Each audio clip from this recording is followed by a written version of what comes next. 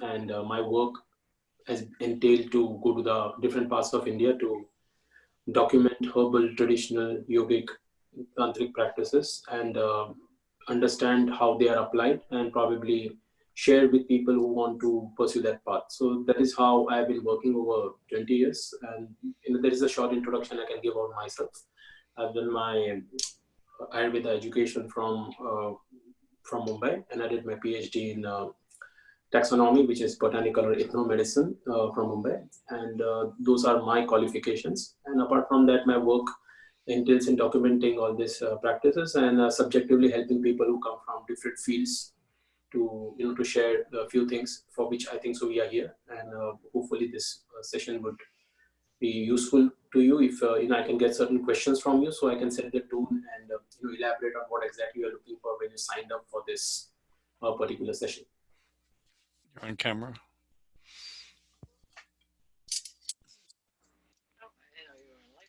Yeah, I didn't know either. Yeah. I don't know if I can eat any. Yeah. So, Shweta, you need to unmute yourself. John, can you mute yourself so that this way, if you have other distractions, then yes, yes. Thank you. Yeah. So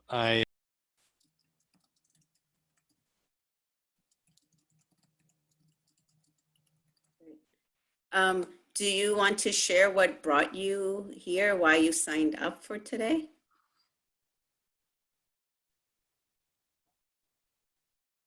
John? So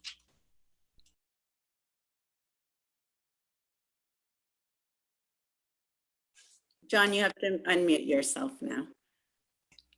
there it is. Good. It's got to be one or the other, right? So good. My wife just brought me a lovely meal, but I'm going to let that sit for a while. I'll spare you me eating. So my statement is that I feel I've been a person that has given and helped over as best I can over the years. And being helped has always been the other. And over the last, I would say not many months, maybe 6 months, I've understood that when my children look at me, they don't see me as the person that's going to heal them. They see me as the person that they're going to have to be helping. And we went away on a lovely trip, potentially lovely, to Montreal for the Christmas season. And I was as sick as I have ever been. As sick as I have ever been. I was horizontal. I had enough strength to drive through the winter up to Montreal. And the entire time, 5 days, I was with, I would say, chest and cough. And except for the extreme amount of wetness to that condition, my situation was almost like coronavirus. And it was very humbling for my children to see me this way, and they were even afraid to go out for a day when I would stay home.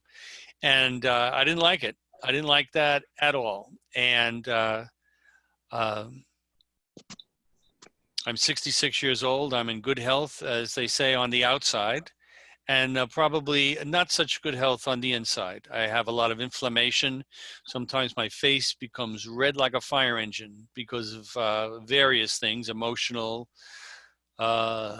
chemical inflammations maybe. So this is also the truth of the matter.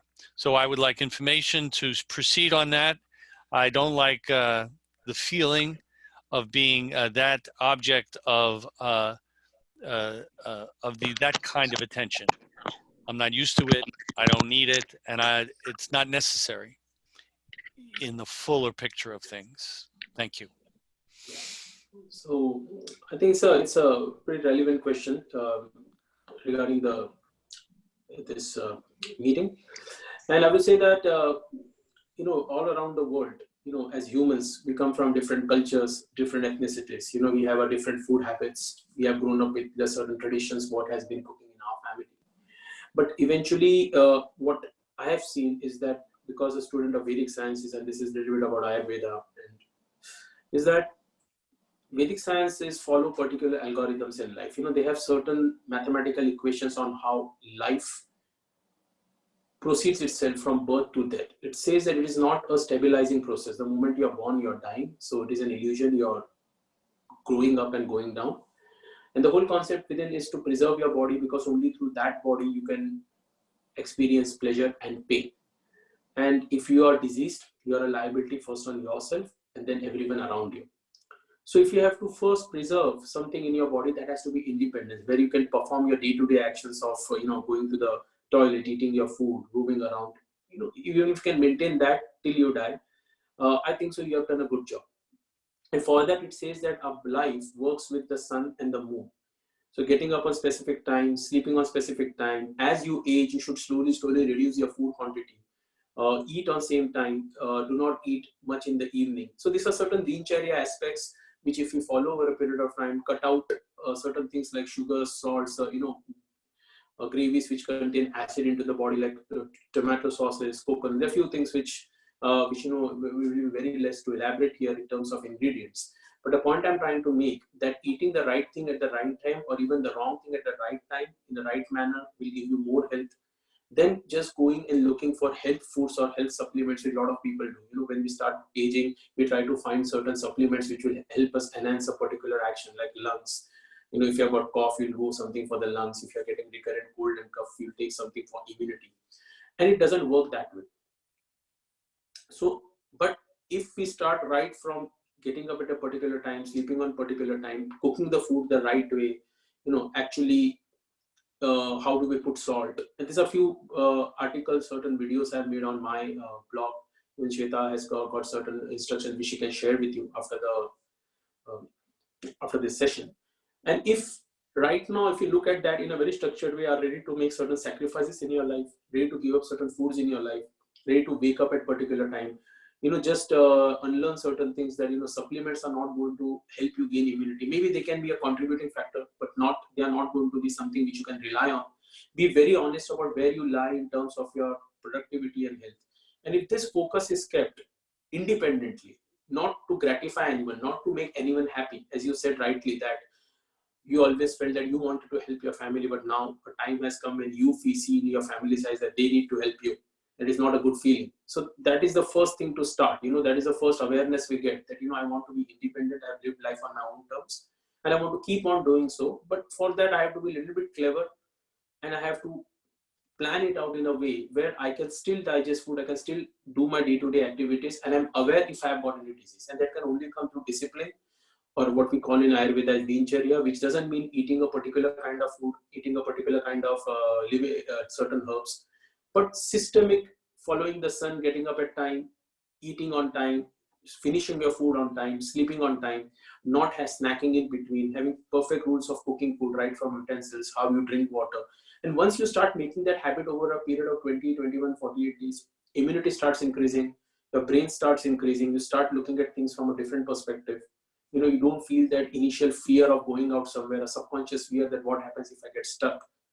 And I think so this is a nice way to go into it. And eventually, once you know these parameters, you can always stick and select with a practitioner of your choice of, what personalized measures you can do with respect to yourself.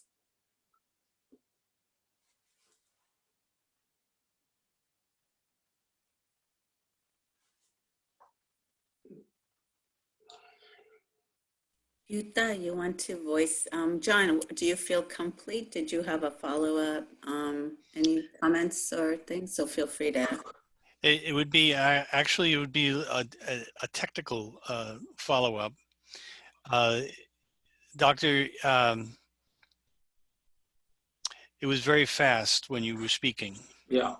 And sometimes it's so fast, I'm looking at the caboose when I wish to look at the engine. I don't worry, I'll repeat it again. This question is going to come back a lot of times. Yeah, thank you.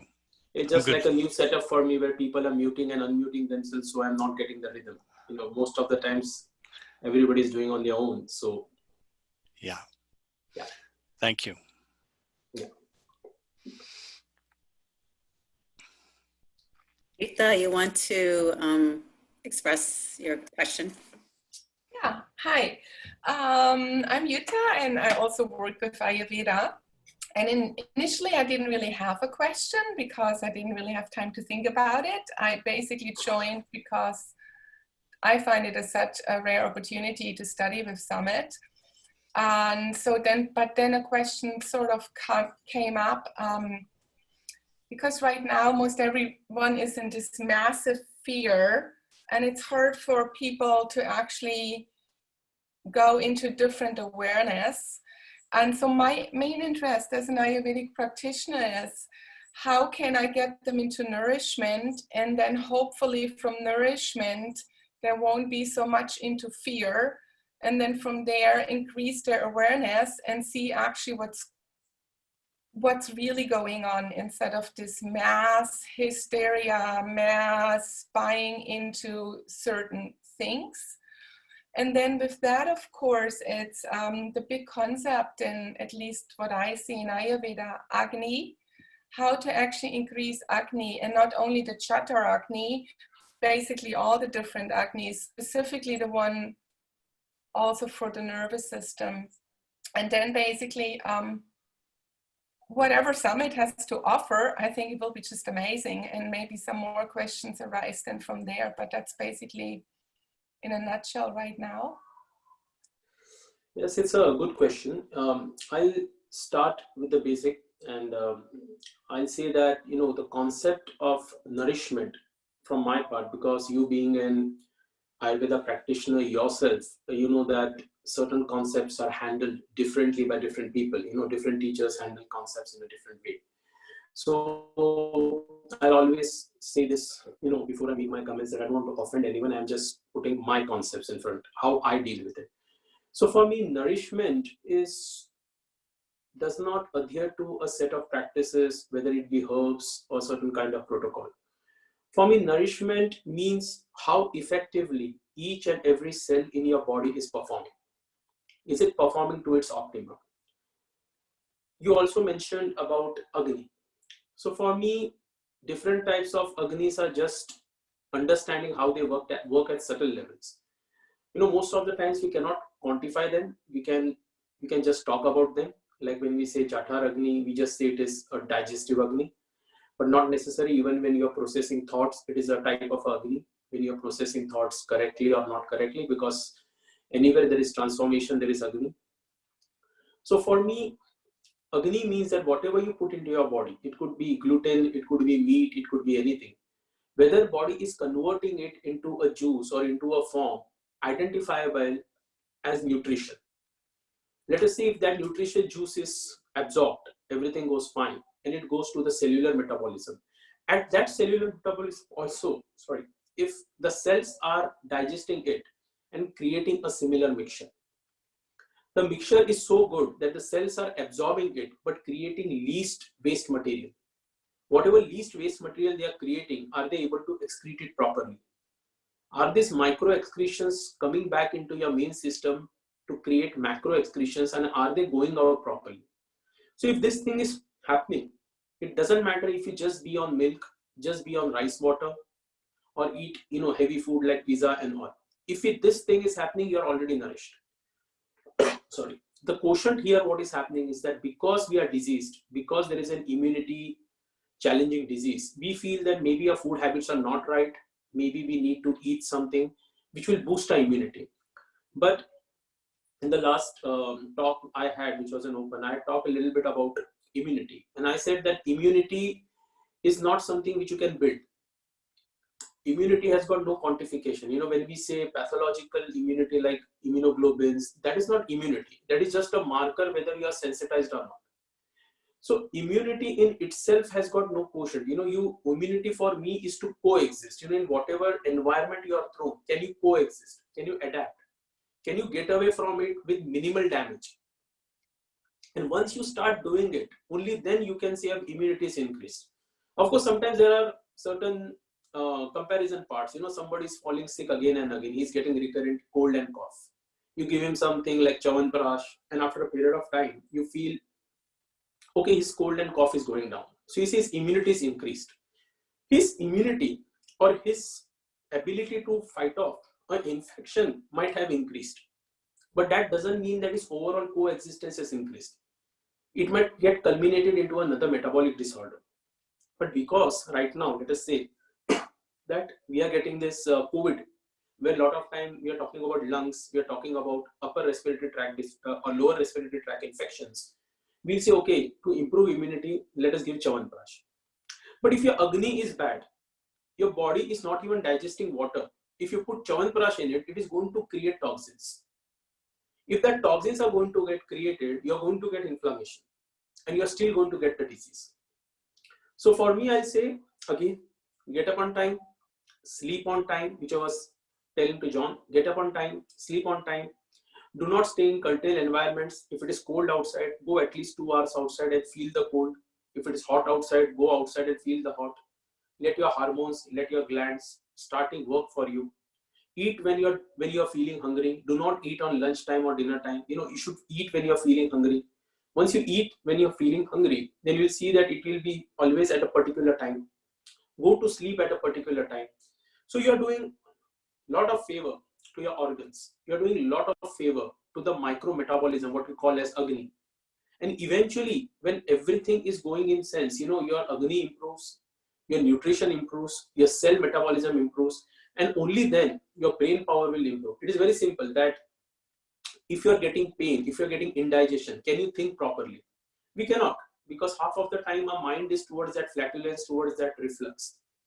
But if everything is fine, you get up, you're getting your motions, you're eating on time, your brain will flow in all directions. So Agni means transformation, and it is very subtle. It starts from the micro, then eventually grows to the macro.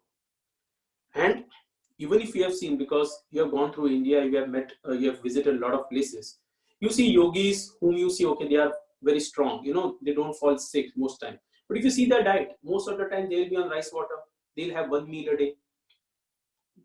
The quotient is when they are having it, how they are cooking it, what things they are sacrificing. And then you will see that your body is always nourished. How do you see nourishment or immunity? If you still got good hair and eyesight after a period of time, but you are taking all supplements and you are starting losing hair at the age of 30, 35, your hair is getting white, your eyesight is going down. There are young girls now, eyesights go down at 14, 15 when the menses come.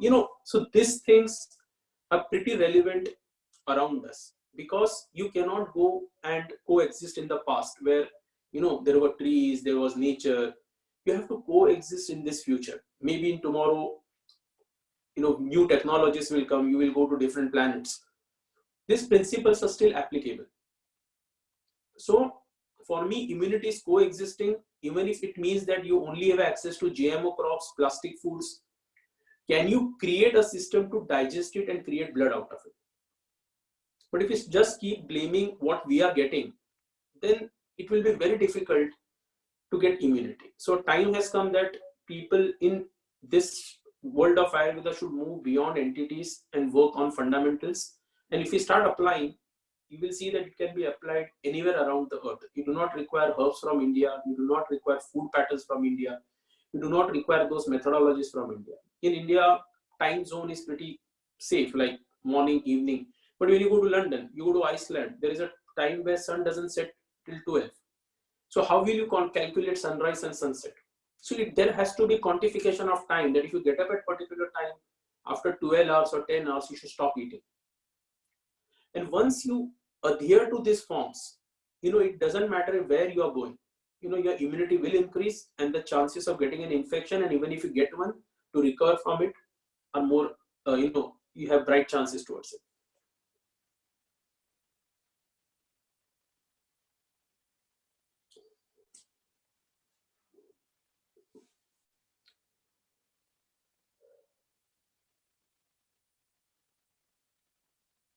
Did you want to respond to anything or more questions come up? No, that was very, very clear. And Sumit, what you mentioned, I'm familiar with it through my studies. And of course, I can't offer this to all my clients yet.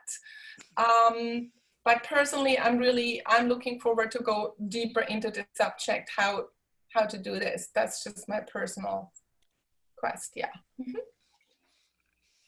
If that's possible in this class. Definitely. Okay.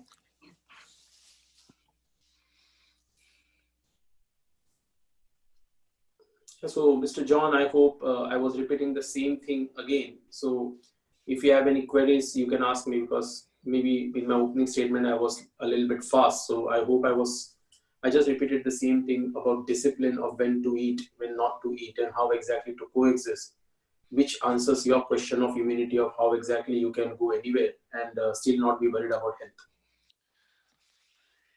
Yes, I have to say also even I'll say terminology or the field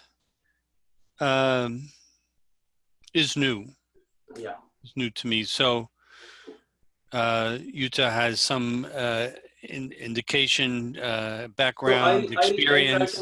I'll try to simplify it for you. We use certain terms like Agni or Dinacharya. So if I'll just assume that, you don't know anything about it. So I'll just give you a very simple thing, like let us say that in a family there are 2 children. If I'm a little bit fast, you can just tell me, raise your hand. Okay, I'm trying to be as slow as possible.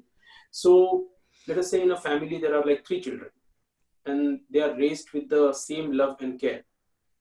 And a mother prepares a food, but it will taste different to different people. Some might find it good, some might not find it good. Now, if we say everything is same, why this individualism is there? So this individualism is how we respond to an experience, how we respond to certain things in life, which shapes our lives, which helps us make certain decisions in our life. How we process information, how we digest food. Now here, when I'm using these terms, I use a term called as transformation. Whatever I'm speaking with you, if the language is same, you'll understand. But maybe if my language, the way I'm putting forth and the way you understand those words, they might completely be different, because I might say something from a different point of view. The words might sound you different from a different point of view. So when we were talking about Agni, we were talking about this transformation process, that whatever food you eat, it gets converted into a particular juice into your system. This juice has got certain kind of consistency, certain kind of nature. It is already identified by your body when you are born. If this is formed, it is nutrition. If this is not formed, either I have to throw it away or maybe convert it into fat for storage in future.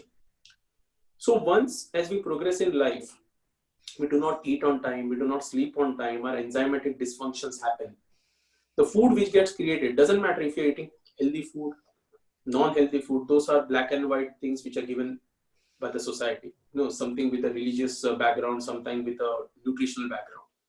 But on a basic scale, it doesn't matter. Whatever you put into your body, if the juices fall in it and whatever is created as an end product is not identifiable by the body as nutrition, it is going to throw it away or convert it into fat. This fat goes and accumulates on your liver, on your thyroid, creating hormonal issues. Eventually what happens as we progress in life, because we are young, the body copes up with it, but it starts creating certain restrictions. As I tell a lot of my clients, that listening, hearing, hair are benefits. I can live without it. They are social requirements. They are not crude requirements. Even my hands and legs, even if they go away, if somebody puts me a central line, I'll still survive. But for a social life, they are requirement. If I have to succeed in life, if I have to do extracurricular activities, then my eyesight, my ears, hearing, my how my body is, it makes a lot of a difference. And therefore the body says that the initial aim of the body is to preserve life, which in our sense we can say heart, liver, kidney and brain. If you want something else, the demand should be less and the supply should be more. And here the supplies do not matter with how much hemoglobin you have. You went to a new point. Could you begin that new point again? Yeah.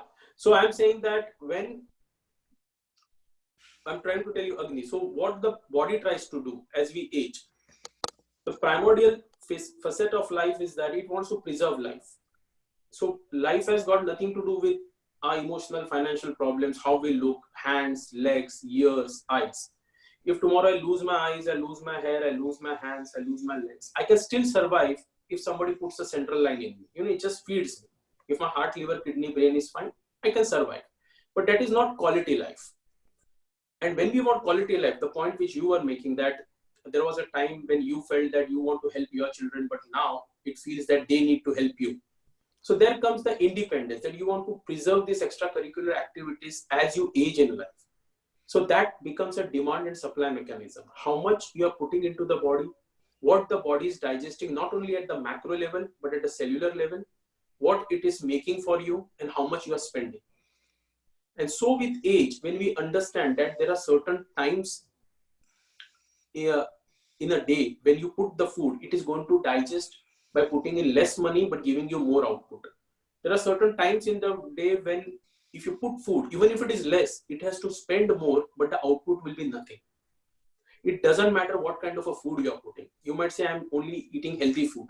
But if you eat a wrong healthy food at the right time, it is still fine. But you eat the right food, so-called you say, at the wrong time, it is still going to create inflammation. It is still going to create acid. It is not going to create acids. And when I was explaining to you that I said that the moment you are born, you're going towards death. The life is going on decreasing. So the whole concept is, if you preserve your independence, which not only comes through preserving heart, liver, kidney, brain, but your eyes, your ears, your intellect, your hands, your feet, your motion, where you can go and eat food, you can go to the toilet on your own, you can just roam around wherever you want. This adhering to these timings which Ayurveda has given, wake up with the sun, sleep with the moon, eat at a particular time, sleep at a particular time, cook food in a particular way. If we make this as a part of our life, day in, day out, eventually your body creates more and spends less. And when that happens, you get vitality, you get immunity, and eventually you become disease-free, or even if you get diseases, you recover from it pretty quickly. So here, this transformatory process, which transforms one thing to another, even if it is thoughts, I'm telling you something, you're translating it or you're understanding it in a particular way. That term of transformation in Ayurveda we call as Agni. So it could be a metabolic fire which is digesting normal food into juice. It could be a brain power which is deciphering information. Or similarly, what is the word you said in Ayurvedic? We call it? Yes, Agni, what Yuta was saying, what we were discussing. AGNI, it's called as Agni. No, I don't get it. Can you just someone, yeah, she has written it, yeah. So, thank you. I joke with Shweta sometimes when I don't see her for a long time. And the question is not how is your yoga? It's how is your yoga practice? And of course, this idea of discipline and doing the same, in a continuum, that is the idea of a practice, a yoga practice. So my problem many times is that I don't do the practice part of the yoga, So, and so I basically am understanding what you're saying. I don't have a question right now.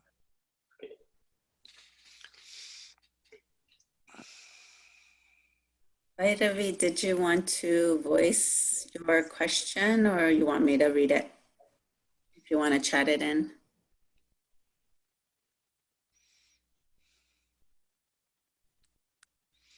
Shweta, just read it.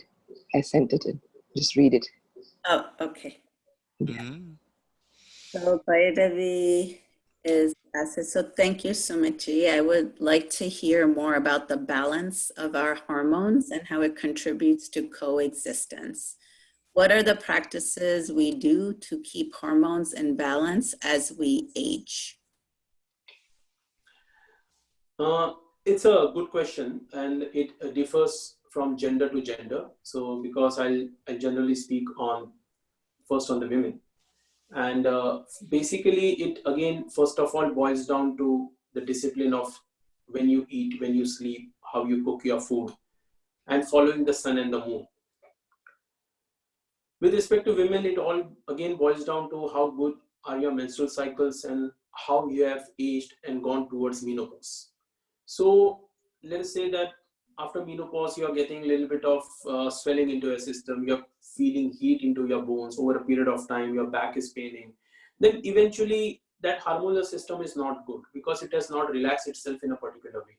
So that is going to cause inflammation. That is going to cause disease. That does not mean that it cannot be reclaimed. If we start following the patterns once again, reduce inflammatory parameters like tomatoes, coconut, excessive salt from the system, eventually some kind of a symbiosis can be reached. In Ayurveda, we say that if there are millions of pages written, there are only very few pages written for women health. The reason is not because they didn't give much importance to women health. It was said that a woman whose menses was proper, she will never fall ill. And whatever disorders are given for women are generally, like gynecological disorders. So what we understand from here, that if the woman's menses is proper, absolutely proper, then her immunity is top notch. Very rarely they will suffer from viral disorders or any other kind of pandemics or epidemics, unless and until it is a sanitation based epidemic, where you can't do anything much. So it is like something which you cannot control. But if it is a contagious epidemic, then probably the chances of getting infected are less. If the diet is not proper, if your menstrual cycle is not proper, if your blood flow through the menstrual cycle is not proper, if you're creating more heat into the system, you are going to get affected by a lot of disorders. They could be systemic disorders or epidemics. I have worked with a lot of patients who suffer from multi-drug resistant tuberculosis. Most of them are women, and they come from places where they are doing a lot of hard work. They are malnourished. If you see their blood levels, they are. I'm not saying I always don't take hemoglobin as a parameter for good blood, but if you generally look at some parameters, you'll come to know that the hormonal system is not right. You can see there is a lot of heat into the system, and these women generally suffer from tuberculosis. They suffer from pneumonia, even if they are not working in that kind of environment. I've seen women who have got absolutely top-notch menstrual cycles. They are eating on time. Their vitality is proper. I've seen them work in tuberculosis ward. They never get an infection. This is not the same with men. With us, we can get infection anytime because we don't have that access to menses. We don't have that regulatory mechanism within us. So we have to be very specific about our diet. We really have a very strong liver, a better liver than a woman. So probably it gives us that much more benefit to digest some anomalies in food and patterns. But if we don't take much care, even we get liable to disorders. In a woman, secondly, the most important part I say is the thyroid gland, because it has got to do a lot of things with ovulation. It is the gland which makes the ovaries and the brain work in tandem. But with age, if you don't keep your hormones where, you don't eat on time, sleep on time, slowly but surely the gland becomes sluggish and your ovaries and the uterus stop functioning and the brain has to do all the work. When that happens, you again lose your vitality, you lose your immunity. Why does this happen? When you are not in line with your environment, you're not going out into the sun, you're not going out into the moon. In earlier period times, it was said that women get menses as per their moon phases. Nowadays, we don't go out. You stay indoors, you stay in curtailed environments, you stay in AC environments, and slowly but surely the gland becomes sluggish. Uterus, ovaries start becoming less and less productive. The brain takes over, which produces stress, which produces bone problems, which produces muscle problems. And eventually the immunity goes down. Because as I was talking with the gentleman a few minutes back, immunity is what? Its primary function is to sustain life. Even if I am getting urine and going to the toilet is a requirement. If I don't have that much strength, I'll do it in my seat. It is a social requirement. It is a mannerism. It is not a crude requirement. So body's resources are in a budget. You cannot, it is like energy, you cannot produce it or decrease it. You have to have a potential into your system. And that potential is built over time with educated choices. When you do something along with the rules of nature, in whichever kind of era you are staying.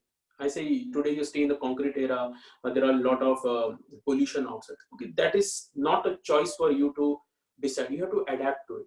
Still the sun shines, the moon comes. You have to find ways to find synchronization with it. You have to evolve and make sacrifices for food. Just because we get food at our disposal, we cook whatever we want. But just imagine a time where there were no supermarkets. People had to grow their vegetables, people still had to cook. Today we give excuses that it is not available. But you can make it available if you're really concerned about your health. And if we do this with very much introspection, get up on time, sleep on time, reduce salt and sugar, eat on a specific time, reduce the variety of food what we prepare, we slowly understand that a piece of cake tastes like the entire cake. So just go on quality, not on quantity. Eat food as per a physical activity. If you're not doing much physical activity, don't eat much food. Just eat slowly over a period of time. This thing slowly but surely balances, because first thing what happens, it balances your digestive hormones. The digestive enzymes and hormones start creating qualitative blood. That qualitative blood starts, putting an ease on your thyroid. The thyroid gland secretes good hormonal secretions, which creates qualitative egg. And once you start creating qualitative egg, you get good menstrual cycles. You get good menstrual cycles, you get immunity from a lot of disorders.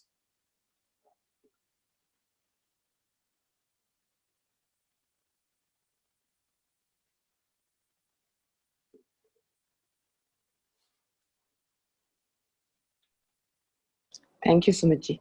Thank you. Pleasure. So Dr. Sumit, for this, the focus of this gathering today was around the divine feminine and the Shakti energy that people talk about. And I have a few questions, but maybe you want to we can simplify. And in your perspective, a lot of us hear about the divine feminine and the divine masculine, the Shiv Shakti energy, the potential, the non-potential, and transcending it. But maybe if you can share just your basics and perspectives on this first, and then maybe other questions will follow. Because I feel what we're seeing right now in the world is this Shakti energy, this huge creative force. Everything's getting recreated, possibly, right? I don't know. And what is that, and how? And that's happening within all of us at a micro level in different ways. So how do we manage this? So what is this Shakti energy in your perspective, and how do we use it or harness it more for our own evolution? Because I guess the name of the game is evolution. I think that's why we're all here, and in this kind of workshop or these gatherings with you. So those are maybe to start with that, and maybe other questions will come, because I'm also wondering of the Vayus, because I know you focus a lot on the movement and the Vayu energies, but maybe that'll come later. But for now, maybe you can lay the foundation of your perspective on the two energies. Oh, see, it's a nice question. As my journey has been, it has always been towards the fundamentals of how exactly we understand these terms which come down from the Vedas. Now, what has happened, Vedic sciences are oral sciences, they are transmuted by sound. It is very difficult to comprehend in today's world how information can be transmitted by sound, because we are so used to read something and then comprehend it. It becomes literally different. Like right now, if I'm saying something very slowly, you'll think, okay, it is knowledge. If I shout, you'll think that, okay, I'm being very aggressive. So for us, sound energy only comes with what we make of how a person is, interacting with you. When you talk about this divine Shakti, feminine or male energy, we have to understand that there is a creative force in nature which is creating, irrespective of your social moral codes. It doesn't matter if you're on the good side or the bad side. Just imagine when we talk about Srishti or cosmos. Cosmos doesn't mean Earth, doesn't mean humans. It means everything that comes inside it. It could be Mars, it could be different galaxies. So there is something which we understand that it is getting created. Something is getting created right now. Something is living its life cycle like a solar system, and something will be dying right now. Somewhere a star might be dying. So we see these three algorithmic phases anywhere. You see it on a cosmic level, you see it in your body. Right now a cell will be born in your body, a cell will die, a cell will be living its life cycle. So this balance is something which is understood, and Vedic sciences have told us that this is how the algorithms work. But it is very difficult for us to understand this abstract concept right now because we can communicate, we have done certain maths, we have read up certain books, maybe whatever I am saying is little bit comprehensible. But imagine a time where people did not know about all these things. So it made no sense. So they percolated it down, the creative energy, into what we can understand. So they said, okay, how does creation occur in humans? So there is a male, there is a female. So male deposits something and something gets created in a female. So because it is getting created in a female, it is a feminine energy. And a male cannot create on its own. So he requires a female. So that was understood as a feminine energy, as a divine feminine energy. Like, okay, as how a woman creates in herself, there is a divine feminine energy which creates everything. And that's what we used to call as Shakti. This is how the academics, the different schools of thought, the different religious schools started propagating it. And it is not wrong. It is nice to start the subject like that. But when we start understanding creation, we have to understand that creation cannot be one-sided. It cannot be biased. So like if tomorrow we hear that, thousands or 10,000s of people died in Africa due to, let's say, malaria, then we'll say, oh, how bad it is. But why it is bad? Because a mosquito is also a creation of nature. So what makes us the most important species? Similarly, as we say good and bad, so we say one man's savior is other man's terrorist. It depends upon what school of thought you are believing. On a functional, personal level, these things do not matter. Only your existence matters, only your path matters, of whether I have given myself chance, an absolute chance to enjoy this divinity of life which I have been granted. If you have been granted a good body, if you have been granted all the limbs, you have an ability to think, you have made some decent money, I'm not saying good money, decent money to sustain yourself, you're already on an evolutionary plane. So what more can you do with this life? Because this creative procedures, things like COVID, tell you that how fragmentary life is. It can just end. And we might keep thinking, like somebody was saying that, I've got this disease, I need to take insurance, I need to go do a checkup, I need to take immunity pills, I need to see that, I don't get diabetes because my mother has it. But this kind of virus comes and everything goes out of the window, right? You're not thinking anymore like that. You're just thinking whether you're going to get through the next day safe. Whether, even if you're safe, can you go to another person's house and be absolutely sure that because of you, he's safe? So see, these questions which never appeal to our mind are suddenly coming up. And that's where creation is. So when we talk about divine feminine and these creative powers, we are only understanding this power either through meditation, oblation, maybe rituals, or self-study. You can use any path to go there. As long as your mind is evolving and you are being so disconnected, understanding that I'm just a thread, a bead in this necklace. I'm not important. I'm just making the necklace. But it doesn't mean that if one bead has to go, I am the important bead, I will stay. Entire necklace can disintegrate. And that is what these concepts of divine feminine and masculine energies were trickled down for people, mortals like us, less intelligent people like us to understand.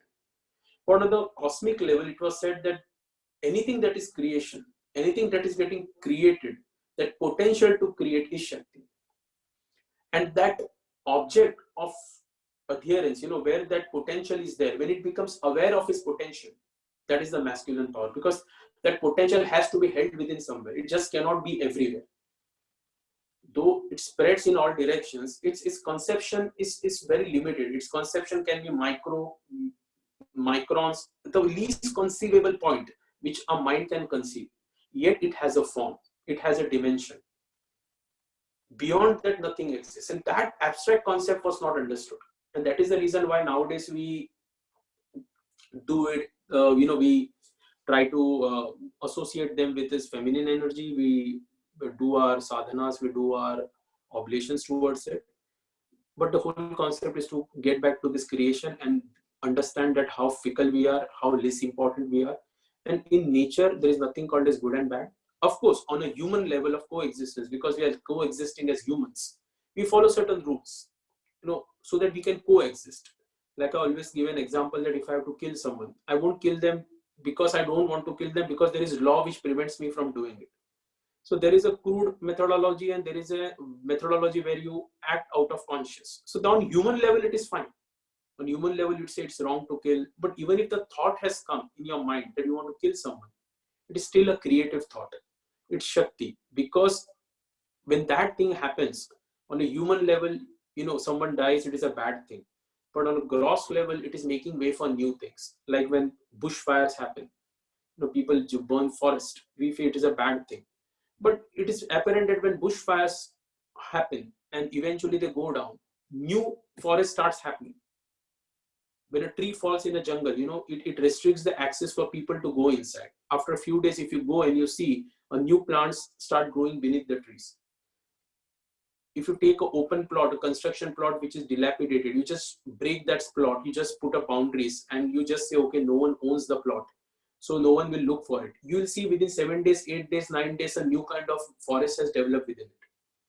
So creation finds a way. When we start, understanding the logic behind it on higher terms, we understand the concept of divine feminine and Shakti. So, I hope I try to make it a little bit simplified for you to understand, introduce the subject, but hope it was helpful.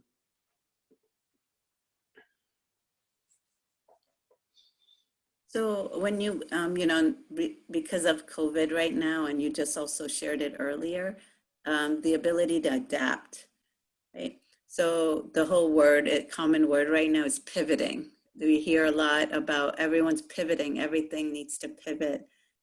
Literally, I mean, I'm in New York City and the leadership, the government, it's a new scenario every hour where they're pivoting.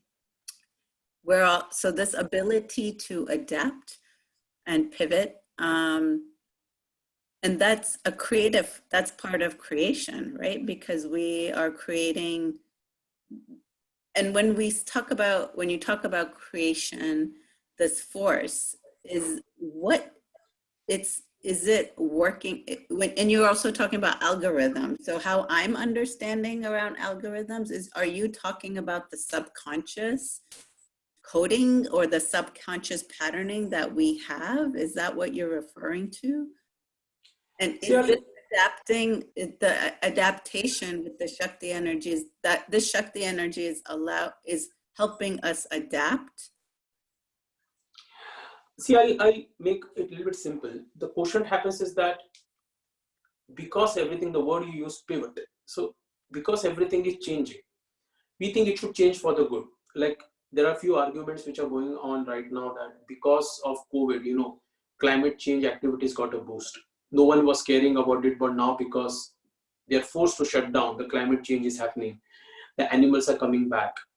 Few people, a lot of people are getting infected. Few people are dying. Few people. So we always see pivot from our point of view. What we feel is righteousness. Mm-hmm. When I talk about algorithms, it doesn't care who we are. It tries to sustain itself at whatever cost. So if there are exoduses, if there are mice migration, they are also a part of it. If there is a tsunami, it is also a part of it. It is not going to be selective. You can always say, okay, there was so much bad thing happening on earth, so this thing happened and a lot of people died. If I become a part of it, so be it. It's a good way to assess it. But if you see when I say algorithm, when I say the basic mathematical formula of creation which trickles down, these things do not exist. Things change because an higher existence needs to survive. It is not our lower existence which needs to survive. So when things are changing, when something is happening, you might say that this virus was created in a laboratory, it came from bats, who knows? You might say because people are eating live animals, this virus has made a jump. Not required. If this thing was not transferred from animals, it could have come from a melting glacier, or it could have just come from, just somebody going up and, spitting or some mutated disorder. It could have come anywhere. The quotient is what change it is making is showing us that how fearful, how, insecure we are about life. We talk about fearlessness. We talk about, going out there. We talk about this concept, what you said of Shakti, Devi. But when it comes to the real thing, people, don't adapt. People go into their shells. They lock down themselves. They become so fearful that what will happen if I die? And then these concepts are not clear. Therefore, application will only make you clear. As I said, adaptability.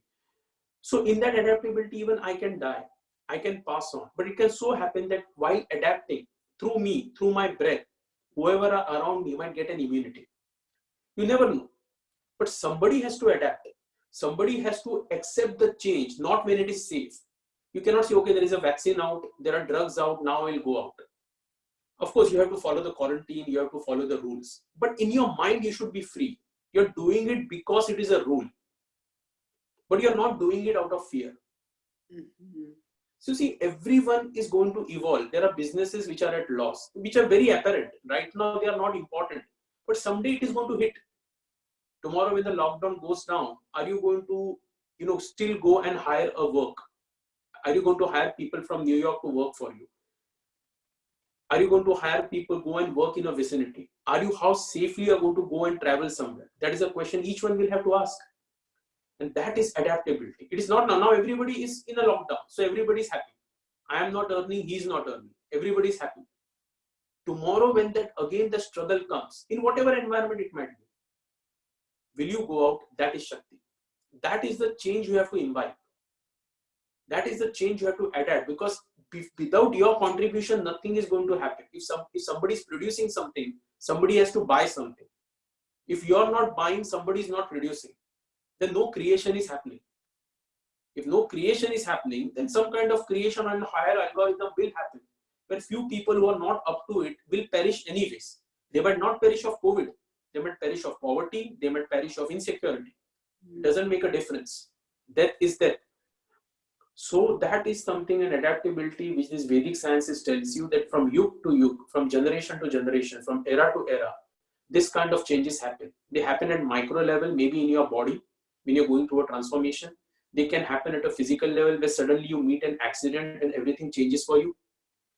And it can happen on an epidemic level, where the consciousness, our approach changes towards how we want to coexist in life.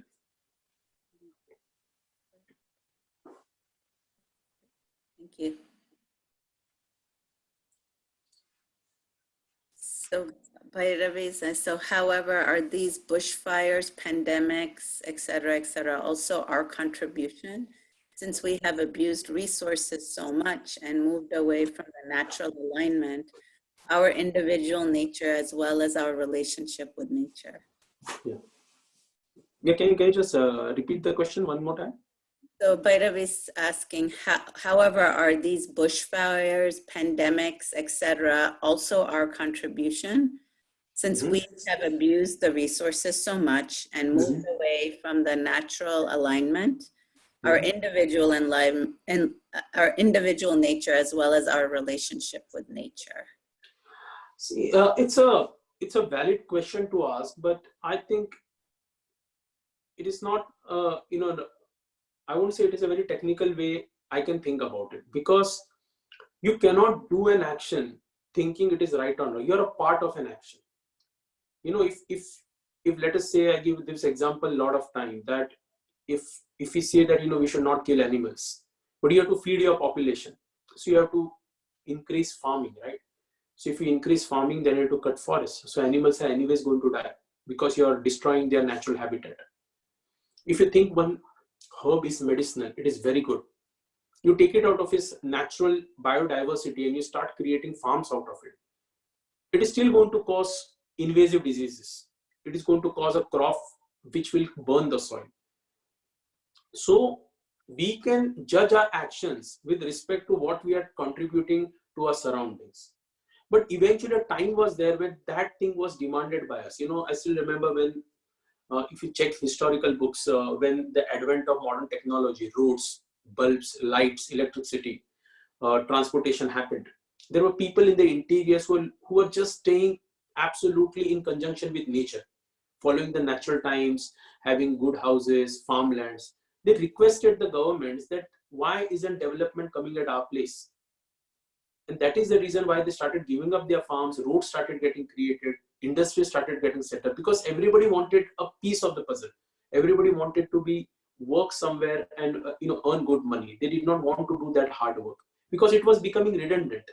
Nowadays, we feel having community farms, growing, raw animals, trading them is like an in thing. We are doing a service to humanity. But just move 60, 70 years back, this was a norm. People got fed up with it. They sold their farms. They started working in factories just to have a good life. People started giving up their customary cooking habits so that they can make food pretty quickly, because food was not a necessity, earning money was. People started moving to big cities. They started getting more, coalesced for time. So they started inventing even more. The invention of microwave happened, refrigerators happened, you started getting cold foods because you did not have time.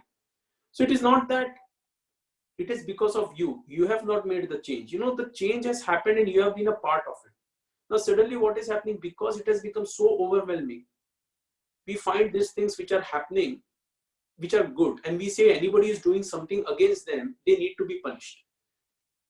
So we want electricity, but it has to be solar. But the quotient is, can you live without electricity? Can you live without water coming from your tap? Because that has to run on something, right? It has to have motor. You have to have pipes, which could be of lead or some material, which someone has to create an industry to prepare it for you. You're not going to make pipes out of wood and bring water to your house. So see, we are part of this microeconomy where something is justified at some level and something is not. So in evolution, these things do not make a difference. You cannot save the planet by doing climate change. You can create an awareness. So when this kind of epidemic happens like COVID, we say, okay, this is justified, this is not justified. Now, what would have happened if there was no climate alarm? Everybody was respecting nature, everything was fine, everything was happening in a humane way. Still, this virus would have come. Still, bushfires would have happened. And then how would have we distinguished it? So this is what the Vedic sciences or Shakti sciences tell us, that in the higher algorithm, these things do not matter. But in the lower algorithm, this conscious comes to us because we are part of a action and we need to sustain. If somebody is eating a lot of meat, there have to be people who have to raise their voices against eating meat. It balances out. If there is no crime, then there is no crime control. If there is no unhealth, then what is the requirement of people like us? And if everybody is healthy, then doctors are not required. So if we are doing imaging techniques, if we are doing blood tests to see if we are healthy or not, that also comes from a part of insecurity. Why do you need to know if you are healthy or not? But you do this blood test annual. From there comes insecurity, from there comes fear, from there comes this requirement to do something about your immunity. From there comes the requirement to, and see, it is a trickle-down effect. And therefore, when we start seeing evolution in that way, I think so we develop a very restricted view, black and white. But we start seeing evolution from a very cosmic point of view. These things do not matter.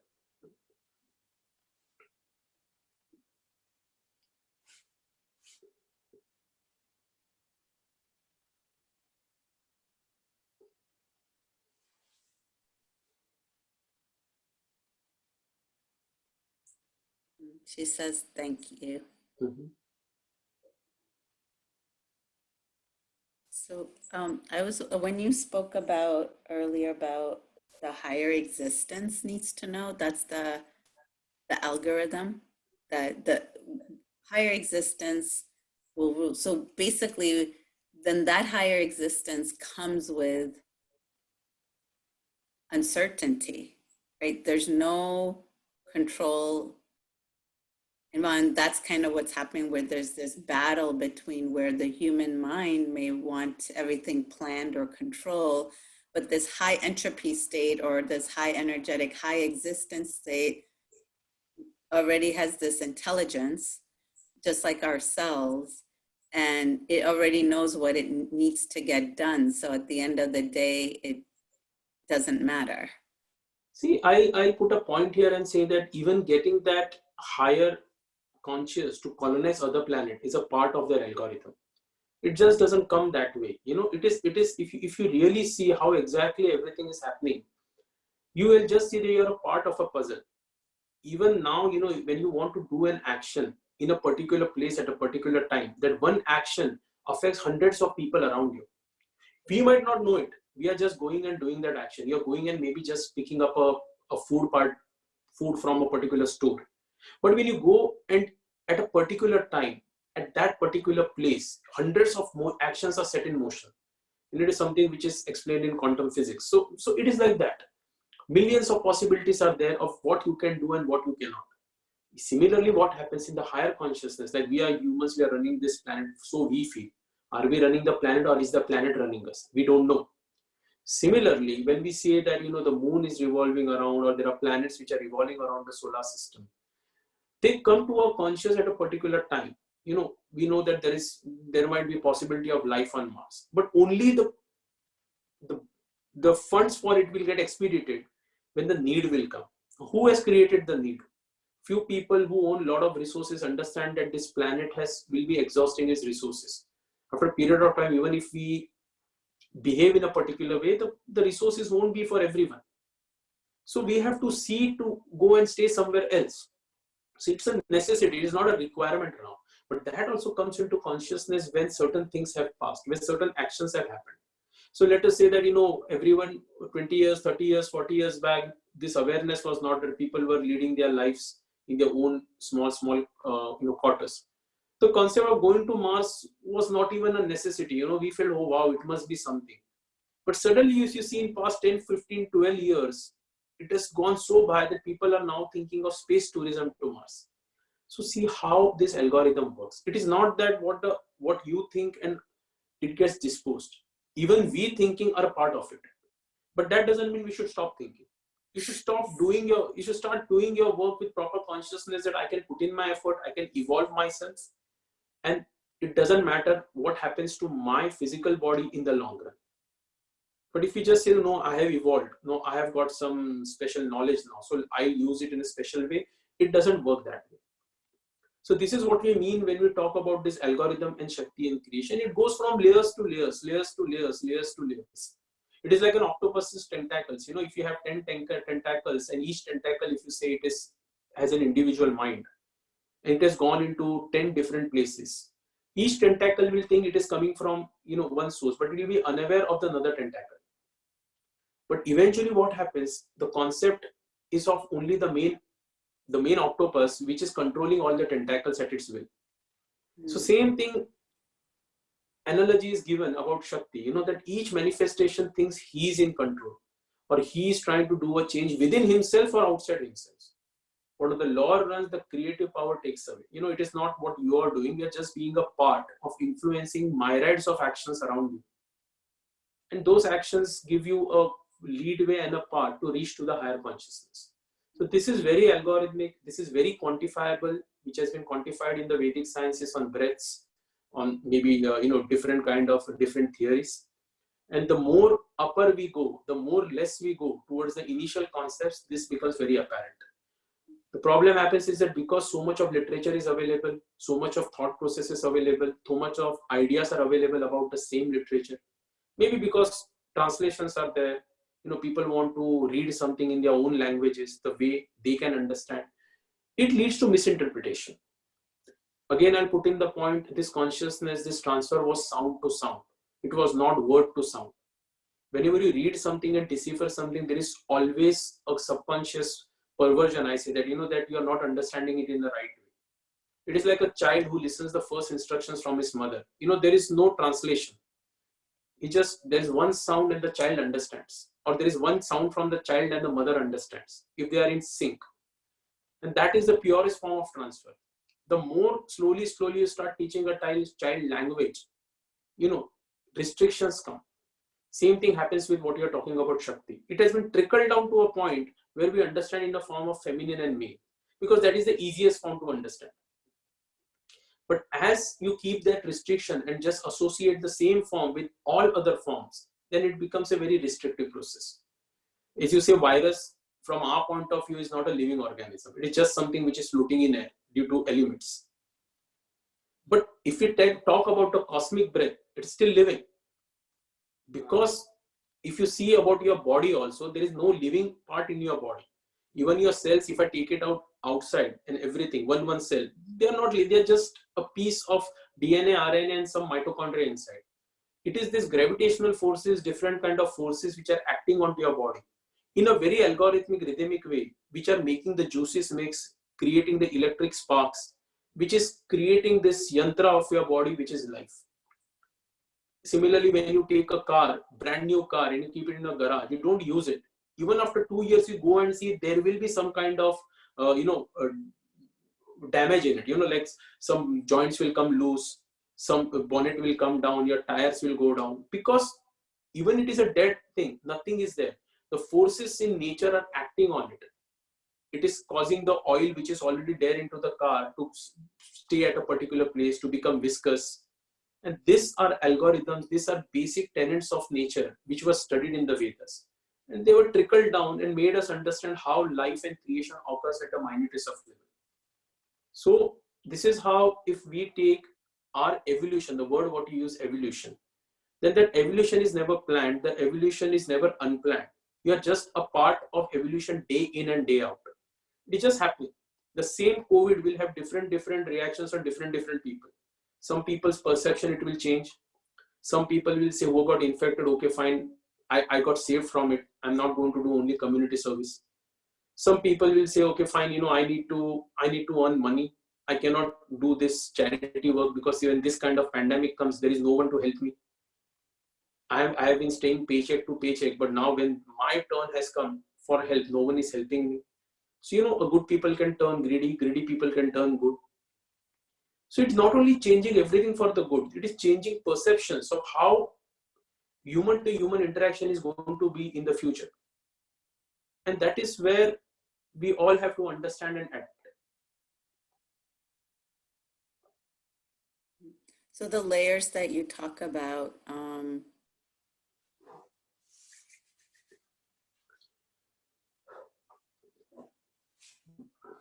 that those are those layers. How does one work with our own subconscious patternings? Because that's what's the patternings that we've had. May we have brought it into this world, and what we've created in this world has either it's helping us or it's not helping us. Either way, it is what it is. But how do these layers get dealt with?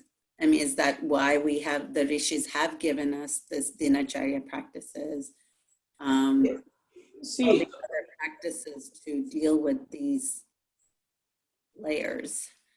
See, the question comes of how you're approaching consciousness. Eventually we all start with a greedy effort, that I want something, I want to evolve, I want to have an extra body experience, or I want to have a great body, a good life. But in the process, if you're really clever enough and really studying, we say that individualism never matters. It is not something we have to search for. You have to just understand that how can I facilitate this body to get maximum experiences. It doesn't matter good or bad. If you get bad experiences, you still require a body to recover from it quickly. If you get a good experience, you want that body to sustain in it. So when that becomes your goal, then this greediness goes away. Then you don't fear life, death, immunity. You just are concerned that how much I can get out of life, because you don't know when it is going to end. There are people who have absolutely no disorders die. There are people who will say, okay, why doesn't he die? He's got so much suffering, drag on for 20 years. We have seen this. We have all seen this in life.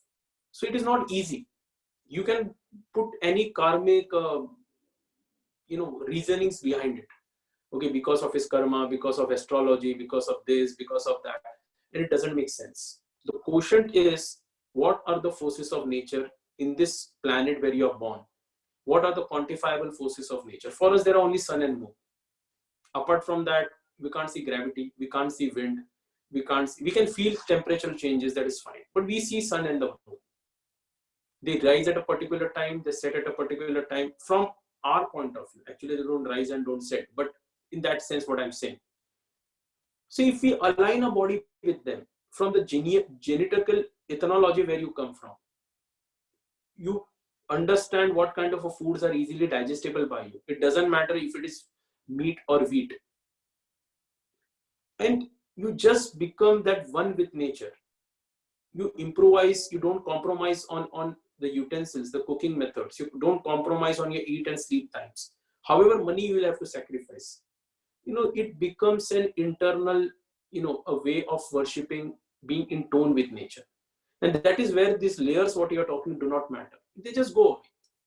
If we say, okay, I've got a weak heart, I've got a weak lung, I need to do something for it. It doesn't matter. If you have arrived into life, if you have sustained life with that weak organ, it is already supporting you. You just need to support it in a much better way. Because if it did not support you, you will die the moment you are born.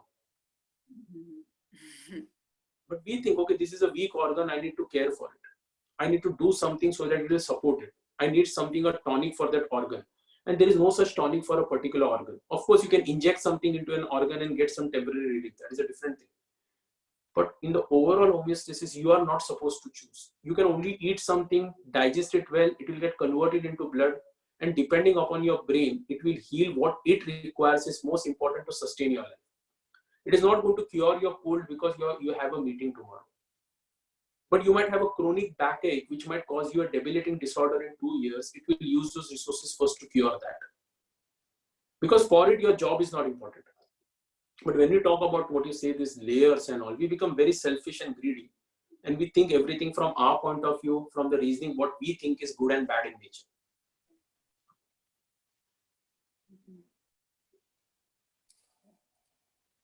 Thank you.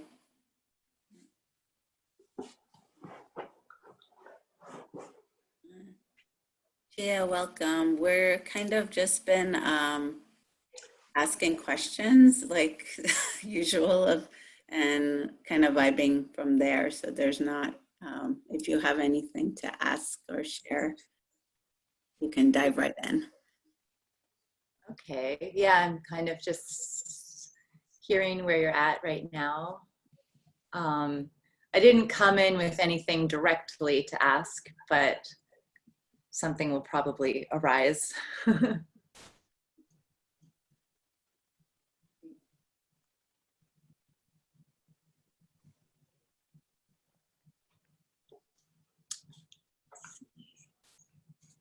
There are things percolating within other folks that they want to just comment on or discuss.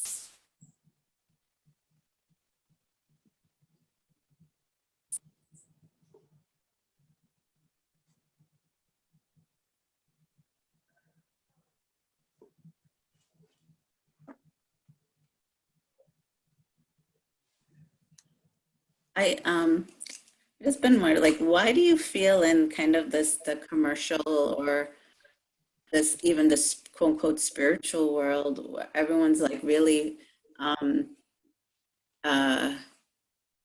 fascinated or addicted to this word Shakti and why it's popular? And, it's such a vast energy and concept. And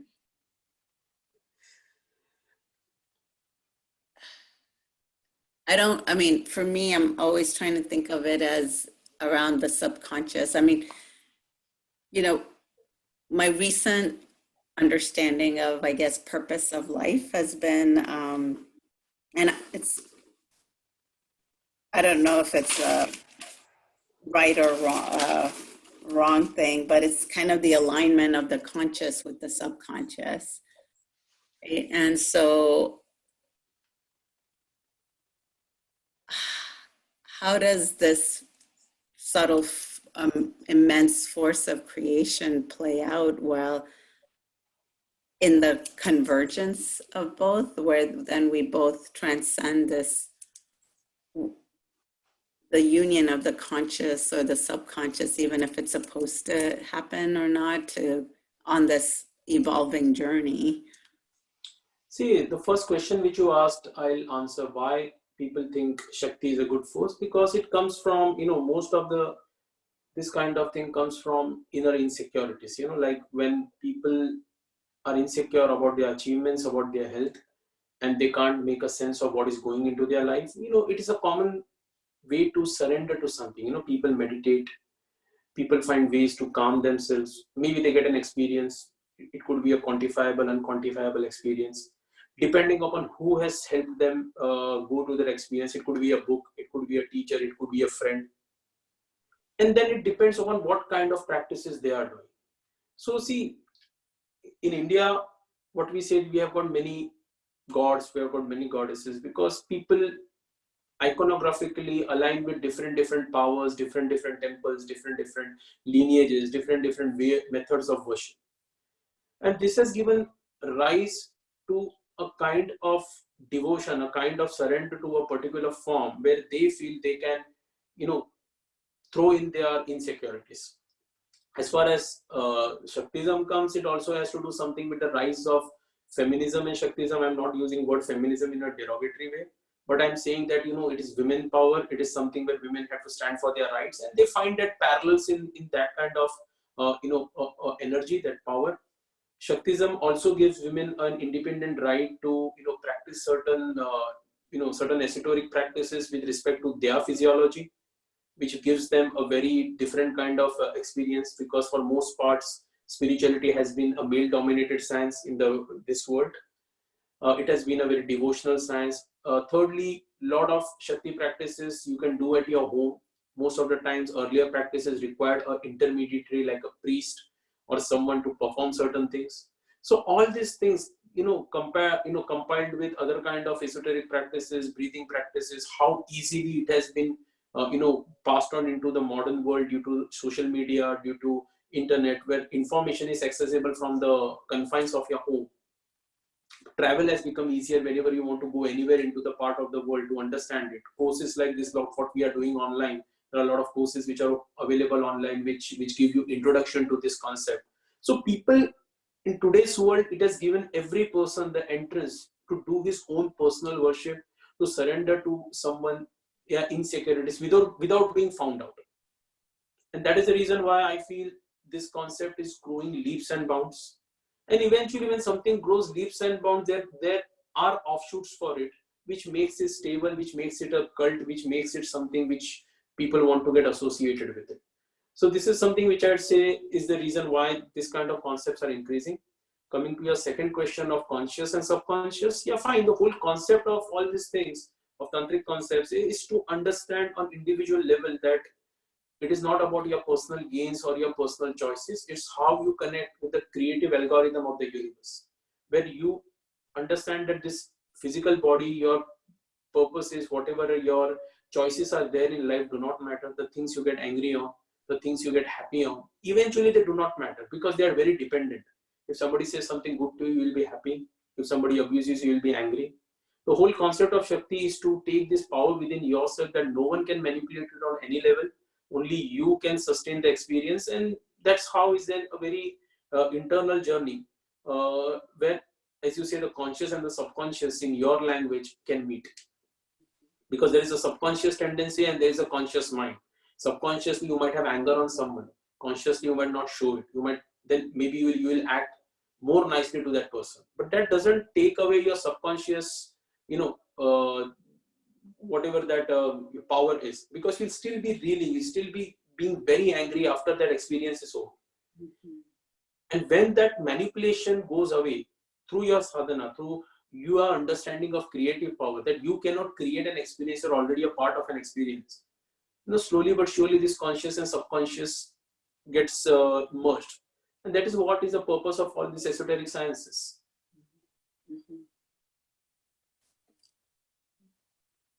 Thank you. I'm curious, Shweta, what you were thinking about in terms of the levels of consciousness and connecting it to Shakti. I think Dr. Sumit knew what you meant, but I wasn't completely clear because he answered. But it was based on some stuff we talked about also before you hopped on. There you go. So, yeah, cool. But you get the recording, so.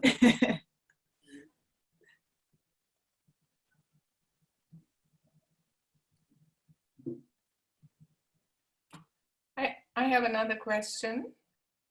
I heard you talking about the juices, that like whatever we are transforming turns into juices, yeah?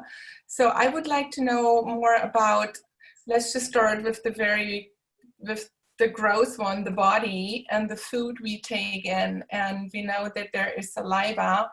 And in Ayurveda, we have all the 5 tastes. So I'm totally familiar with this concept.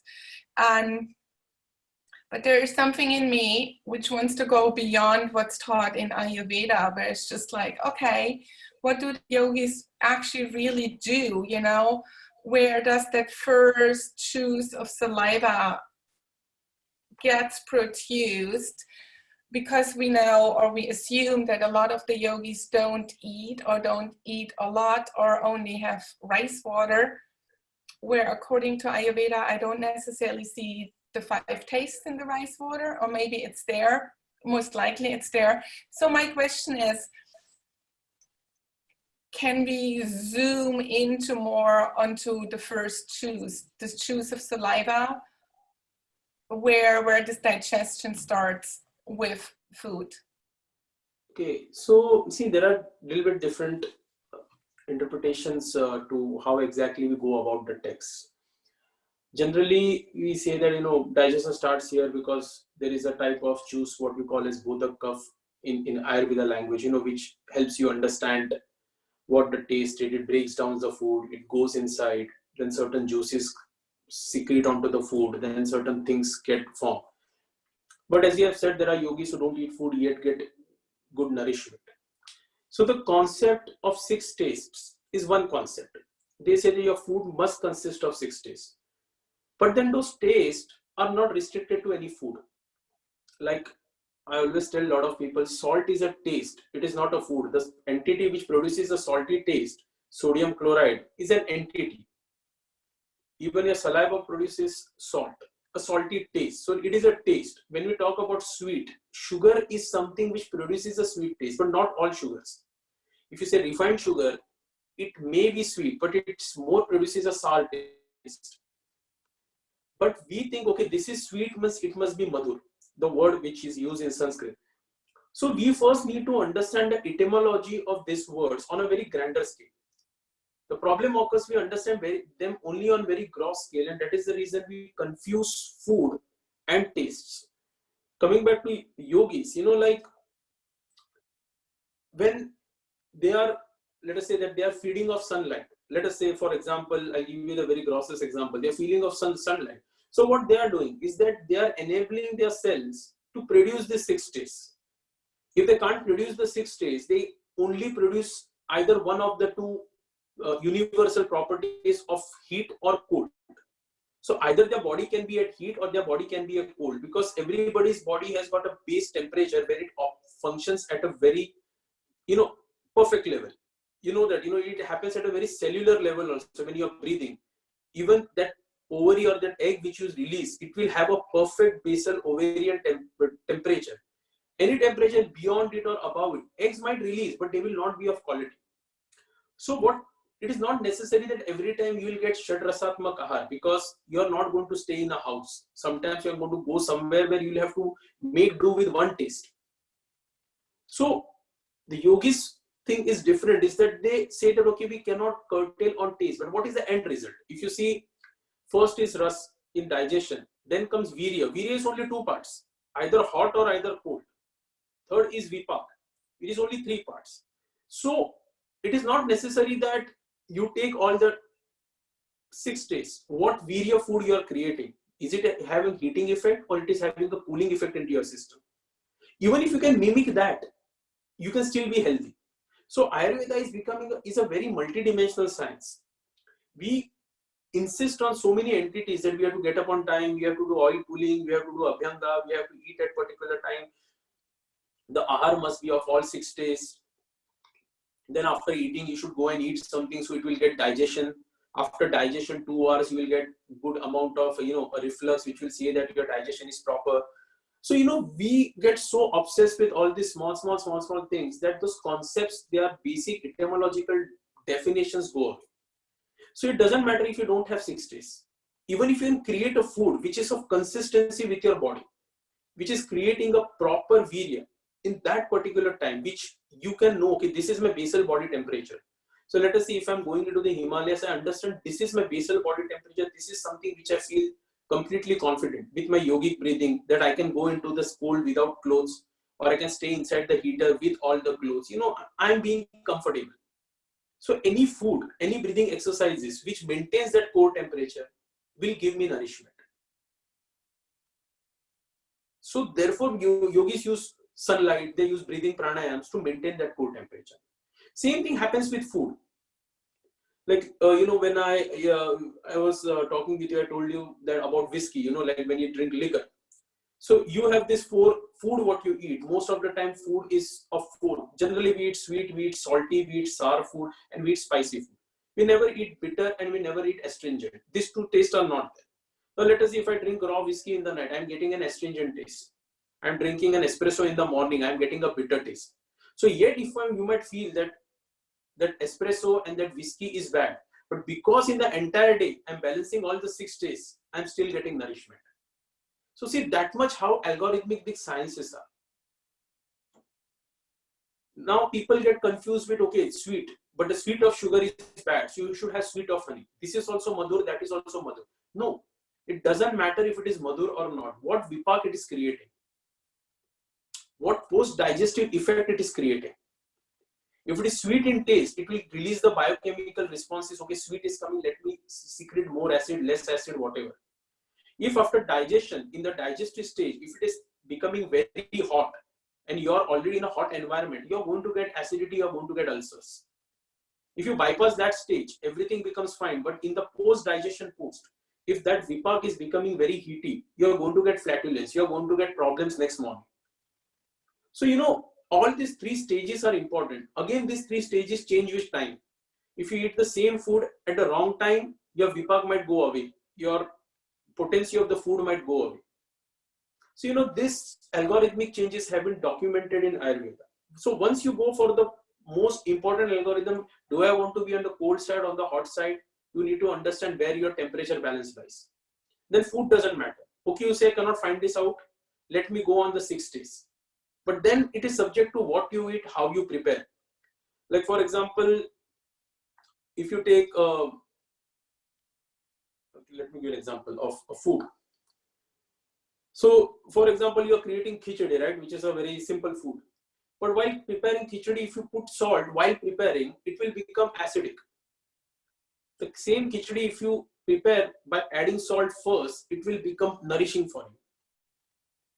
So, you know, you might say, I'm preparing Shad Rasatmak Ahar.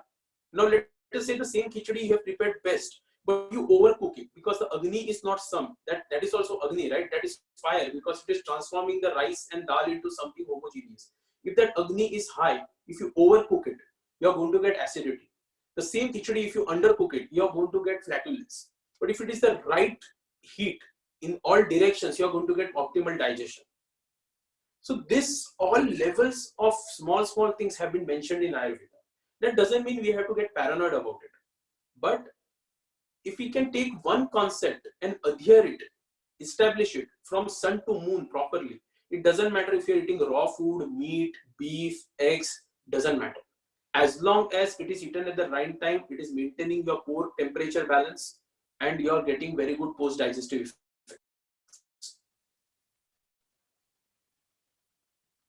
I'll also give you another example because you talked about saliva. Sometimes you know that we put central line, you know, when you are dehydrated, you put dextrose glucose.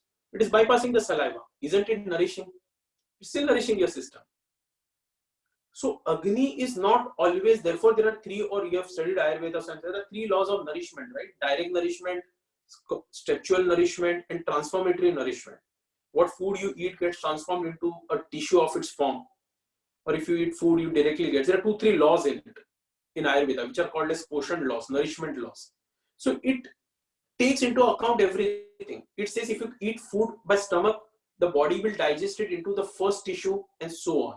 Sometimes when the body required what food you eat, get directly transformed into that tissue. And sometimes, you know, you just replace the tissue.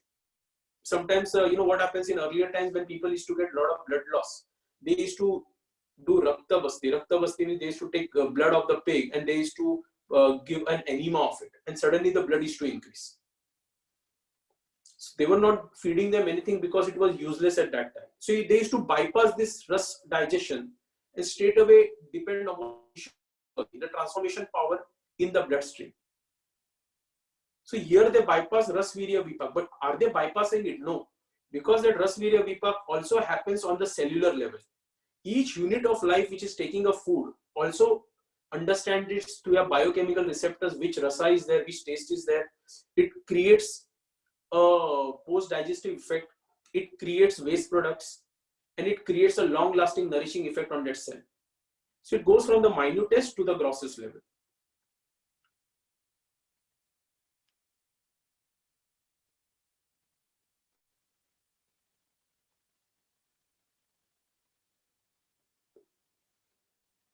I'm unmuting myself again. Yes, I'm familiar with these concepts, and that's where my interest is. Where do I go beyond these limitations? Because I've been practicing as much as I can for quite a long time, and that's where I also work with my clients with, which is a very good base to start with. But personally, for me, it's like, how do I go deeper? And my awareness says this is where the Vayus come into play, right? Because that's where we start changing, I'm guessing, the temperature. Because depending if there's apana, a stagnation, or prana, whatever is not flowing properly there, I think will create the change in temperature. Since that's such a big part of digestion. And you mentioned the beginning that elimination is so important. So when we eat, that we fully eliminate. Yeah, see, it again depends upon how we perceive these concepts. As I said, that I always say there is only one Vayu, but it is understood in 5 forms of how it works into the system. So for us, when we see on the very algorithmic level, Vayu means motion. Anything where there is motion, we understand it by Vayu, because nothing moves without it. And being a student of Ayurveda, you understand that no other dosha can create disease on its own, but only Vayu can. What is the reason? Because even if the other 2 humors have to create disease, they have to interact. Acid has to go to phlegm, phlegm has to go to acid. So wherever there is movement, any kind of movement, perceivable movement, even if I'm talking with you and you're listening to my voice, there is a movement. Transformation is happening in your ears. So that movement is understood by Vayu. This Vayu is understood into the body through its actions. There is a downward action, there is an upward action, there is a sideways action, there is an inward action, and there is a circulatory action. These are the only way things can move into your system. Now, yogis, as I've said when I was talking to Shweta about how books, how translations have created these mirages of how exactly these Vayus are, because they get crossover into a lot of things. You have different Vayus in Tantra, you have different Vayus in Yoga, you have different Vayus in Ayurveda. In Vedic sciences, there will be different Vayus. In Bhagavad Gita, there will be different Vayus. In Mahabharata, there will be different Vayus. So we get confused. But you have to understand that the Udan Vayu which is mentioned in Mahabharata is not the same what is mentioned in Ayurveda. The Apan Vayu which is mentioned in Hati Yoga Pratipaka is not the same Apan Vayu which is mentioned in Ayurveda. So there, they are understood by their functions. In Ayurveda, that is understood by a downward function. Whatever we excrete comes under that Vayu. So it is telling you about a nerve complex which gives you complete control over evacuation. It tells you about a nerve complex in other Vayu which gives you complete control over insertion. It tells you a Vayu about complete control which is causing rotation of mixing of juices. It tells you of a Vayu which tells you that it has got complete control of how it is spreading into the system. And there is tells you of another Vayu which holds your system together. So when you're getting up, moving down, moving your organs up and down, you're getting into a jerk. There is a Vayu which is holding your system together. It is not that in you move out, your heart is going to pop up and pop back. Everything is stabilized with a system which we call is our strength, which is understood by the Udan Vayu. So these Vayus are understood by their actions. Any micro afflictions in their actions, we understand by the way it changes the dynamics of a system. Now you can control it with yoga, you can control it with diet, you can control it with sadhana, you can control it with breath, you can control it with mantra chanting, you can control it with anything. That depends upon the lineage and the school what you are following. So every school of thought takes into account these elements. Even if they are teaching you only yoga, tantra, ayurveda, Veda. So these are not refractory sciences. Today, we are learning them separately because that is how education is. You learn Ayurveda, then you learn about yoga, then you learn about Tantra, then you learn about mantra. And then then someday something else. And these concepts become very overwhelming. They are same concepts, but they are understood as per the school in different forms. And here, what I would like to say is that, for example, I'll give you about alchemy. In alchemy, in Mercury, we do a lot of, sanskaras. But the whole concept is that we take Mercury to a particular stage where whatever you give it, it is not going to increase in weight. Whatever you give it and comes out, its weight becomes stable. So it says that your body should be like Mercury. A time should come into your system that whatever you eat, even if you eat like 10 kilos of pizza and you excrete it out next day, your body weight should not change. Even if you don't eat anything for 10 days, your body weight should not fluctuate. So that means every Vayu in your body is stable.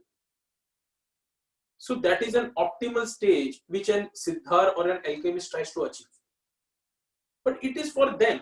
Now, not every person who is living is going to try and achieve that stage, because it comes at a lot of different, concepts, different hard work, So some people are just happy, I want to eat and I want to live. So for them, this raswad is given, see to it that at least you balance your food with 6 days. You are getting good motions. You're not at least evacuating well. If you're not evacuating well, at least have a pasti. So when you said you want to apply it, you will have to segregate clients. Certain clients you will understand are not going to compromise. Don't bother with them. There will be certain clients who will say that I will sacrifice. You can experiment with them. Once you experiment with them, you will understand these concepts in a much better way. Exchange of words can give inspiration, but only when you apply it in at least 1 or 2 people. You yourself go to the process. 15 days eating on times, eating the same kind of food. You will see how exactly it transforms you from it. The journey may be horrible, but eventually what you will get in the end will be good. And that is how, we can concise all these concepts into one concept. And that is what is the quotient of Vedic or Tantric sciences. Therefore, it is called as Sutra. Sutra means, with one thread, you understand the entire cloth. And that is what is the aim of any science. Sutra Rup Ayurveda, they say. Why? Because it is that one thread which makes you explain the entire, any treatise which is there into the world, it can be explained by that one thread. But the etymology of the thread should be understood. There will be a translation and there will be an applicable meaning of it. The applicable meaning can only be understood through application. You have to apply it. The translation can be found anywhere. People will translate it word to word, etymology to etymology. That is different thing. And in oral sciences, this was there. The bhavartha, what we say, the translatory meaning was always put forth. But the applicative meaning was only understood under a good guru or under a good teacher. And the surrender to apply it in your life.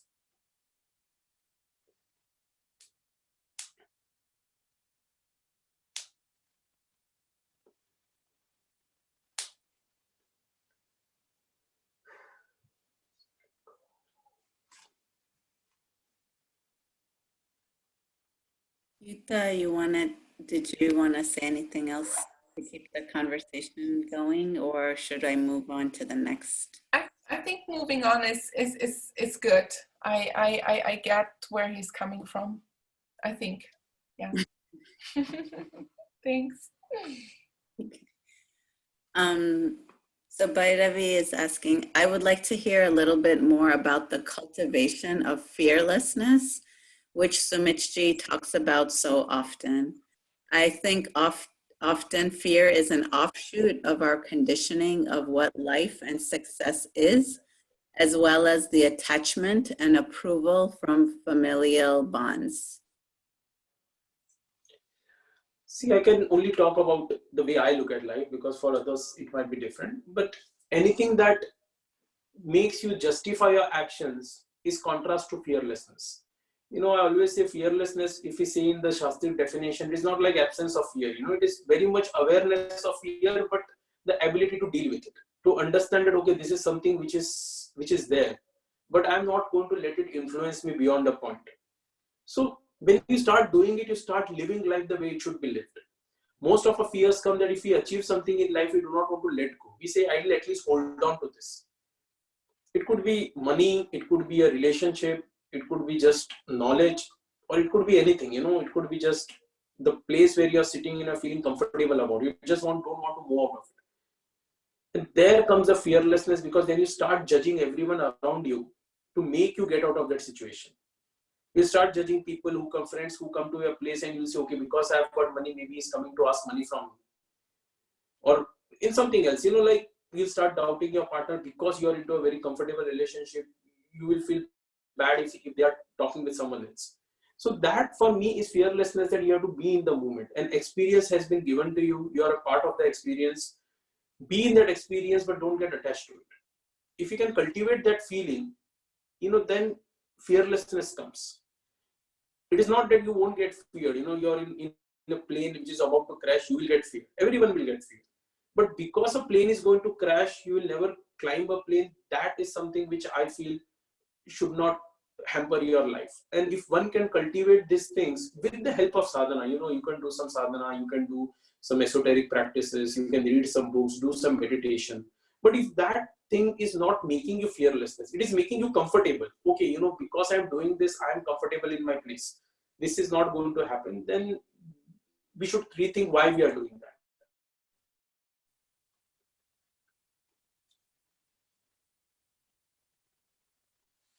Okay, thank you, Sumitji. Thank you.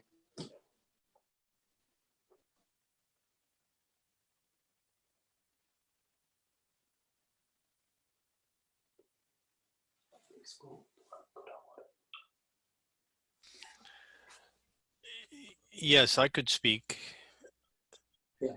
if that's okay. Yeah. So I like the way the conversation turns to what I will call the under the ground, the subterranean aspects of how we act. Above the ground, we see now very clearly that people that manipulate other people are using fear. I mean, it's not a new idea, but if you have your eyes a little bit opened, you see how obvious it is.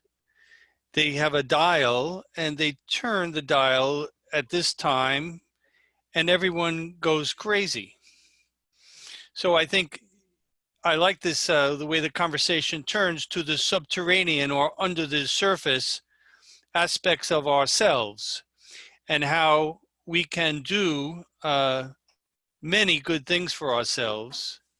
And I have one small anecdote to share. I certainly don't want to talk about myself, but it's illustrating the points of how Shvetsa's point of how we can evolve or to be interested in the subject of a consciousness and to personal evolution has always been a big subject for me. So before I was very sick, as I shared at the beginning, in December, I was in the most beautiful place in, it was kind of a health anti-aging retreat. It was supervised. The meal was so beautiful, the exercise, the professional input, we were not on our own. The discipline, you were talking about regularity, all of this was in place. And my anecdote about it was people around me were becoming very benefiting from this. These were people in their 80s and beyond. So there was one woman there, my partner was 94 years old, just a great life energy. I also shared in this.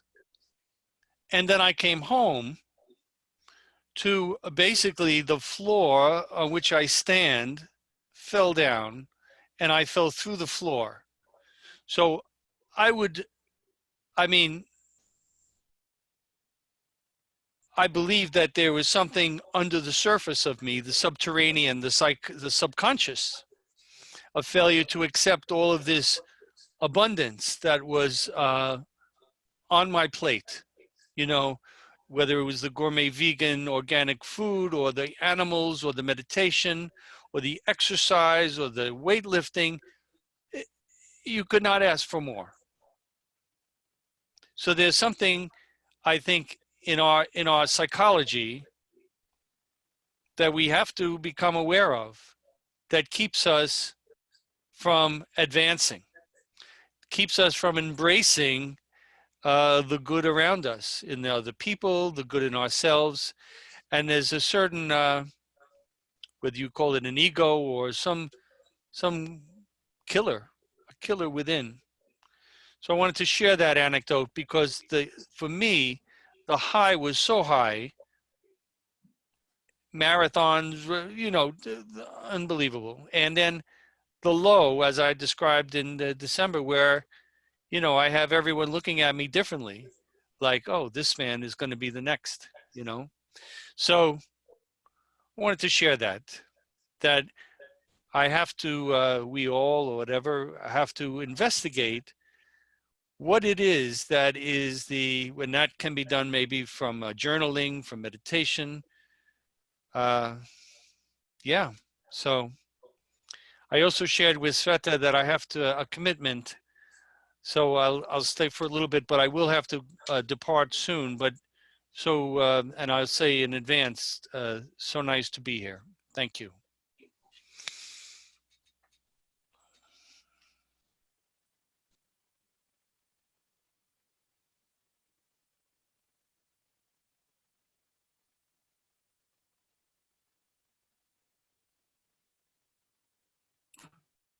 Okay, I think I have a question. Sumit, I heard you talking a lot about adaptation, right? So that's what I'm getting here the most. It's sometimes we have the 6 days, sometimes we don't.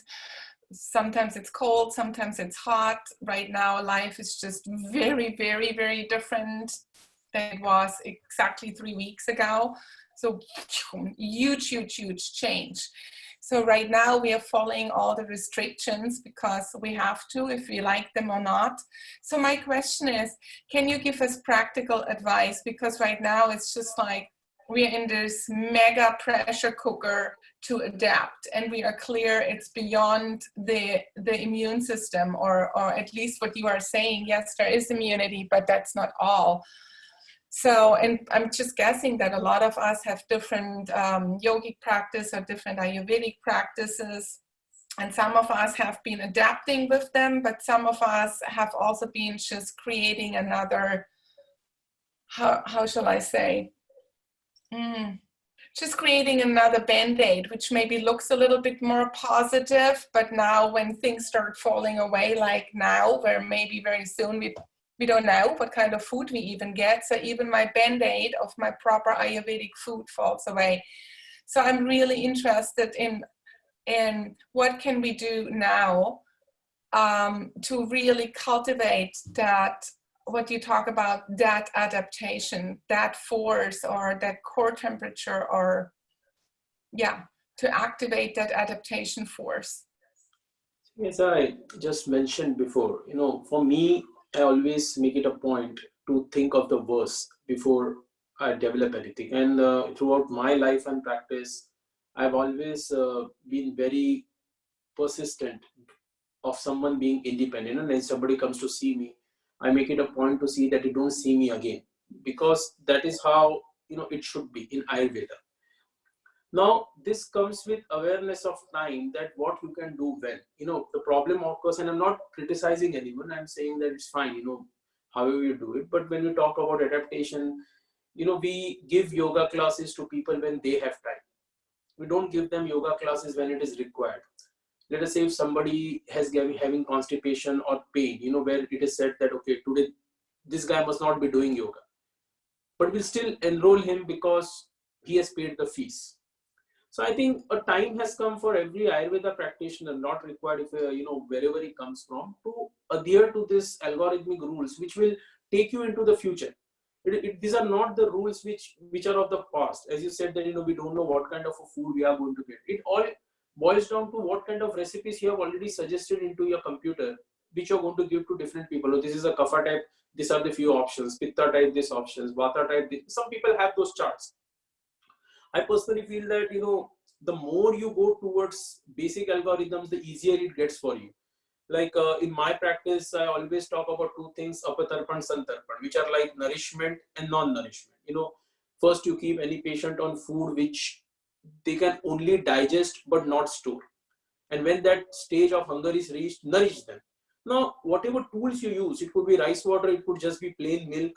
If you give it with proper dincharya, if you convince the patient of its long-standing benefits, I think they will come to you. They will put more, trust in you, because you're not giving them adjuvant solutions to their problems. You're giving them a complete solutions which helps them deal with all problems in their life. It is not only going to cure them physically, but mentally and spiritually. Secondly, even if you do the dincharya properly, if you don't do a little bit of breathing properly, you don't require a yoga class. What we do that, you do Ayurveda, you also do yoga, you also do meditation. When we compound a lot of things, then what happens is that you're not getting, because that person is not going to follow it over a period of time. He's going to fall out. After a period of time, it becomes a lot of burden to do it unless and until he's in love with the practice. Means if you love going to the gym, you'll go anywhere. If you're going to the gym just because you want to get healthy, you're going to miss it out after some time. You're going to find points to why not to go there.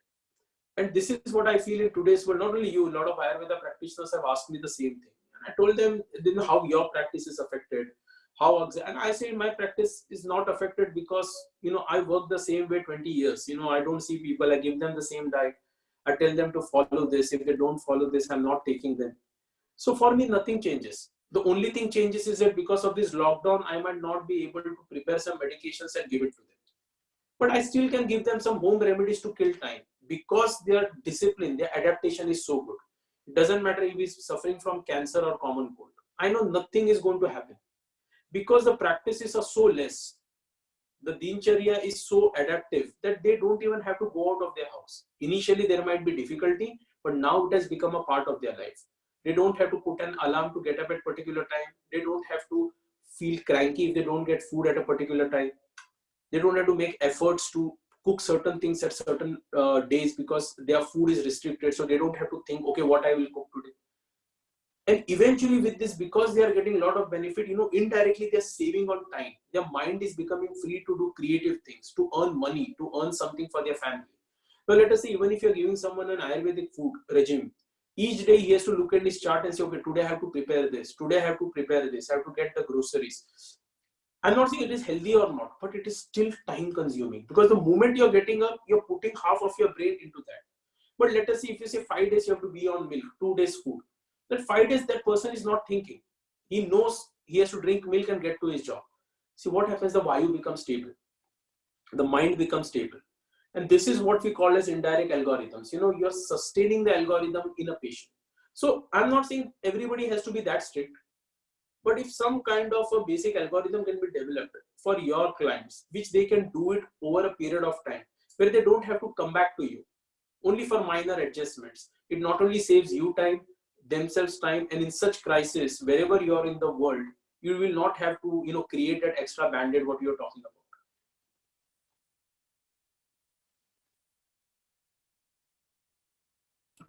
Yeah, that's clear. And of course, right now I've been working with these concepts because we can't do the very strict things we have done before. Okay.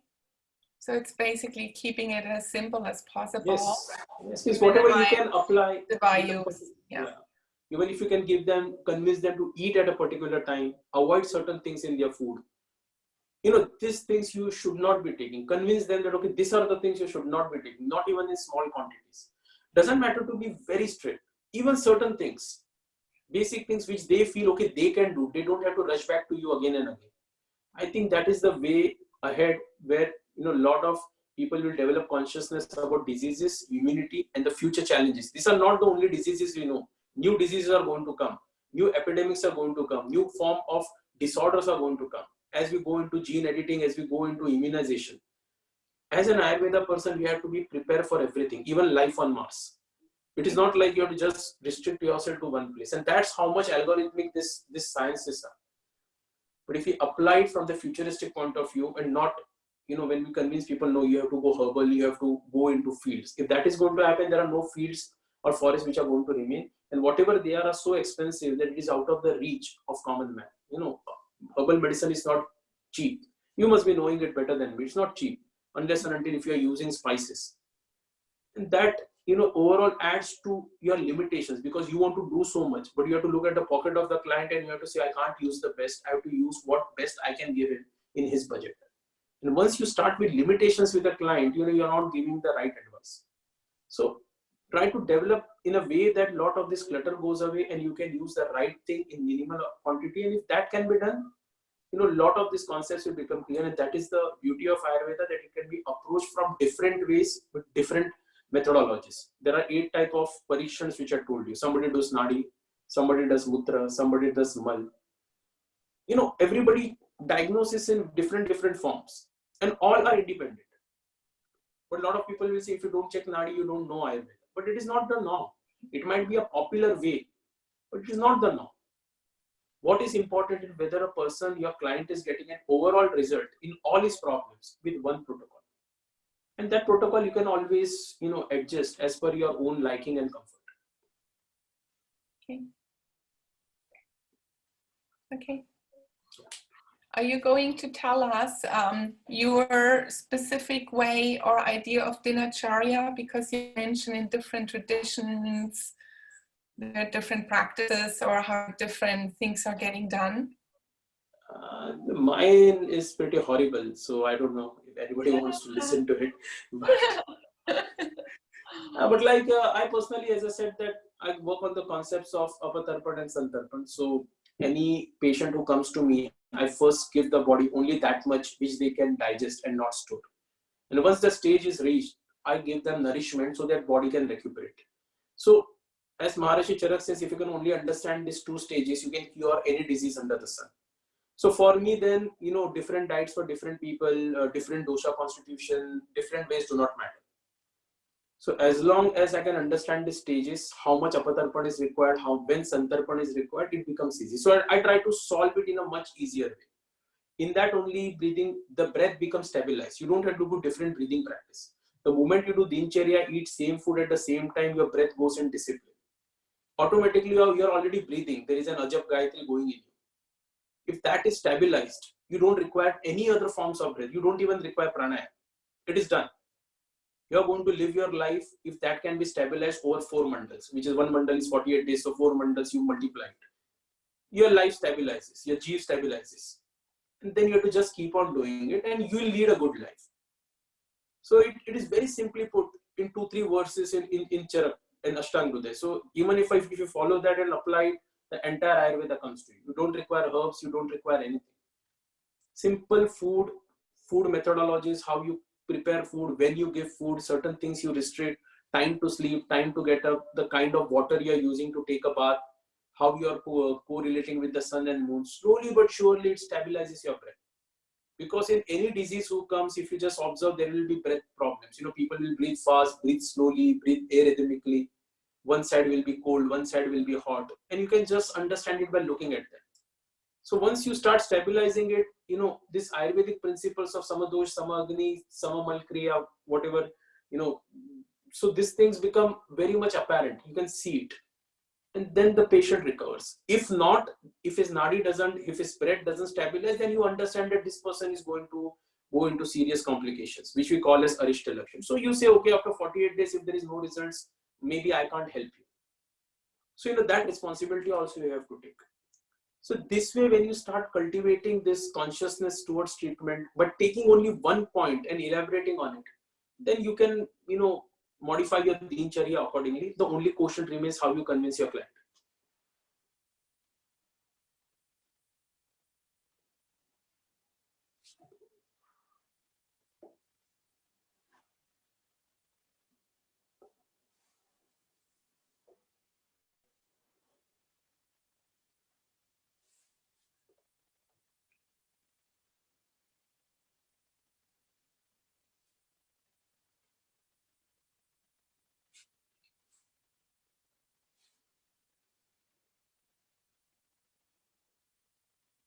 So right now with this kind of COVID, with the Vayu energies, if we're looking at it, the fastness of it, or the nature of how it's moving. It's really sharp and aggressive and fast. And so we individuals, what's been the impact on that on people? I mean, obviously everyone, it's individual in different ways, but how do we kind of ride its wave better so that we're adjusting, like it's affecting everything within us, right? Physiologically, may you know it or not, physiologically and consciously.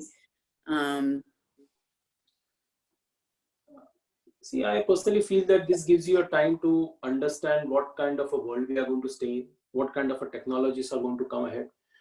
Things which were initially rejected due to fear of environment are going to be fast tracked due to fear of humans. It is a very, very apparent thing, and that is something which we have to accept, however good or bad we feel. People are going to be social distance from each other, business is going to change, maybe for some while till we get a viable vaccination, or maybe a viable medications for it. But no one wants to get infected, right? Even if there is a medication, why would you like to be infected? No one wants to be infected. The nature of this disease is the incubation period when we don't know even if you're infected. So are you going to take a chance to employ someone into your place, however strapped for money he is? Are you going to put your clients in danger just because you want to do a humanitarian work by employing someone whom you don't know? So see, this all challenges are something which we have to face. And unless and until we are insecure about our work, insecure about our own health, insecure about what we offer to others around you, I think, it is no use of how many books we read, how many practices we do, nothing is going to change. So this is a time for reflection of what each one considers fear is. Fear is not only fear of life. It is a fear of, economic disparity, a fear of being casted away, a fear of being out of job, a fear of not being, understood in the right way. There are certain practices, certain things where people used to swear by. After infections, maybe those practices are going to be left away. Maybe there will be certain God-fearing people who will do more upasanas, more sadhanas, more ritualistic works. Some people will turn inward and go into meditative practices. Very few people, certain people might take up immunity issues and start working, but you don't have any measure to say immunity. Just because I say take Chyawanprash, immunity is going to improve. There is no quantification of it. So see, everybody will have to make a change. Modern medical practitioners will have to make a change. Businessmen will have to make a change. It is going to fast track online services. The kind of sessions we are doing online have maybe become a norm. So what kind of a services, what kind of an outlet you want to come out with when this world is going to open itself for you? That change you have to first start implementing within yourself. Everybody has some or other fear of life. I might have fear of getting back to my country. I don't know if I have that fear, but still it might. If I say if I have to die, I have to die back in my country. I can't get infected here. So, those are certain perceptions which everyone goes through, either momentary or over a period of time. But eventually it is not in our hands. You have to understand that if you have to contract something, it might just find a way through a window. You cannot quarantine yourself in some corner and say, okay, I'm safe. Or I was talking and I was saying that tomorrow everybody will get infected. I will be the only one who is not infected. And somebody coughs on my mouth and I'll die instantly because I don't have the immunity. So see, it works both ways. It is not that because you're not infected, you're safe. And those who are infected are worse. Tomorrow the tables will turn. Those who are infected are already safe because we have got the infection. Those who have quarantined themselves will be at the more problems because there will be nothing to prevent them. So we only look at danger which is in front of us because our minds are so fickle that we only look for those kind of insecurities. But once you go with the algorithms of Vedas, you understand the magnanimity of it. You understand that it doesn't matter. You have to go out there and fight it out whenever your time comes. Okay, right now you are in a quarantine because it is a law. It is not by choice. It is something which you have to do because others are doing. But eventually you understand the moment it comes that you have to go out and face the world, you will do it with the same enthusiasm, with the same change, with the same fearlessness. And if something happens to you, so be it.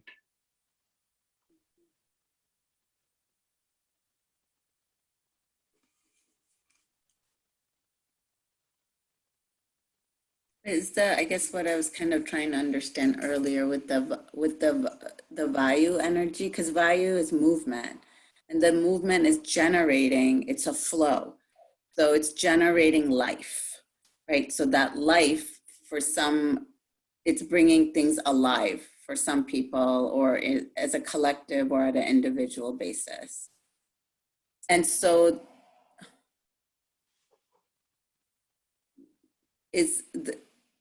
so how is that kind of connected with this? Because it's a higher existence that's in charge, let's say, or happening. And the nature of it is it's abrupt, fast, and so that we're seeing at an individual basis and as a collective where systems are dying and will die, and it's normal. That's kind of really what normal life is anyway.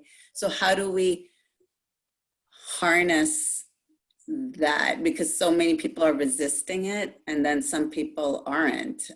They're surrendering to it too. See, I feel the answer lies here of what conception we have of consciousness. For us, consciousness means divinity, and we see divinity through human eyes, like how exactly it is affecting us on a very ethereal level. But if you just take that human element out of your mind and you try to understand consciousness, you'll understand it has got nothing human about it. Consciousness is just there. It is not something which is human. We try to understand it from our point of view. There is no mother there who is going to treat you like a child. Consciousness is just this algorithmic way which is going on playing. It could be a resonance, it could be a musical note, it could be anything. When we say Om, a lot of time in the spiritual studies, they say that Om mantra is the basis of consciousness. Now, is Om human? No. If you see the letters, there is nothing human about it. We are deciphering it in a script which we can read. But as a spanda, as a resonance, it is not human. There are many resonances which, even if the resonance of Om, you can't hear it because it is beyond human capability to hear the frequencies of it. So you have to understand that when we perceive something which is extra beyond our perception, you have to understand it is not human. We are trying to make sense of it as a human. So when we talk about this Vayu, about this consciousness, you have to understand that they have got nothing to do with us. We are part of the game. As the Vayu is taking the virus somewhere, it is also entering your system. For some people, it is leaving the system, making the body nothing but a conglomeration of 5 elements which is going back into the dust. The same Vayu is going to take it into another unit, another manifestation. Then life form will be different. We have countless life forms, but are these countless life forms on Earth? There might be life forms on Saturn, but when we go and look for life at Saturn, we are looking at carbon life, carbon-based life, intelligent life from our perception. We want to see a life with whom we can interact. But it is so limited, our perception of life, that we are looking for a carbon-based life. We are looking for a life of what we can make sense of as life. For example, from humans' perception, virus is a dead material, I was telling. There is no life in it. But what are we considering as life? What are we considering as consciousness? If this virus, this entity is going into your system and it is interacting with your consciousness to create disease, so is it devoid of consciousness? It is not devoid of that supreme consciousness, what I was talking about. It still is occupying a space. It still contains 5 elements. It still contains mass. It still contains space. It still contains fluid. It still contains metabolizing capabilities of Agni. It still contains Vayu because it is going inside, it is trickling inside. There is movement in it. And once you start understanding consciousness from that point of view, we understand that it is something beyond human. We try to make sense of it because that is the only way we can make sense of it. Because we are human, we are limited. That is how we can reach the supreme consciousness, what we call as Brahma. But it is not something which is quantifiable as human, neither as a man, neither as a woman. But that is when we start understanding what you call as this higher consciousness. We are limiting it, the term Brahman, by using it as consciousness. Consciousness is something which only appeals to us. It is intelligent life. That consciousness itself is intelligence. It's algorithm. It is not something which is changing its manifestation just because you are human or I am an animal. The same virus is not attacking the animals. It may in future. Right now it is not. It is attacking you. So you'll say, no, why are they selecting me? What is the consciousness? There is nothing called as a consciousness. It is just something which is released by the higher consciousness so that the system can benefit. It is like a purge. When your hard disk is full, you delete certain things which you earlier considered important. Now you say let it go. Sometimes your hard disk crashes, you just leave everything, create a new hard disk, then you let go of everything. How much hard you have tried to save it, you let go of all memories and you say, no, I need to let go because I can't function like this. Same thing happens in the higher consciousness. Certain things happen, certain thing rattles, certain thing vibrates, certain thing sheds off, certain things comes again. In that process, what remains, what transforms. You are not the same human you were before you started this lecture. If you listen to me, certain things changed in you, your certain enzymes have changed in you, certain parts of your brains have opened. You as a structure are the same, but internally you have changed. The consciousness has changed. So every moment you're rearranging your atoms, you're rearranging your basic molecules, and you're creating a different version of you, though from a perspective it's looking the same. And that is what is the beauty of Vedic science, is it explains this substratum in a very sutra form. And therefore, once we start understanding consciousness from a non-human point of view, achievable, understood, gathered from a human perspective, only then we can separate between higher, what you called as divine Shakti, and the Shakti what we treat as a feminine power.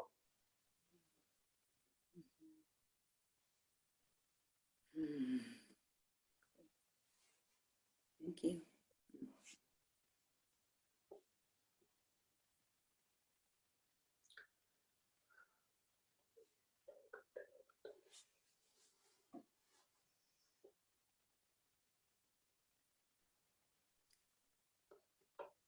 Any comments, other questions?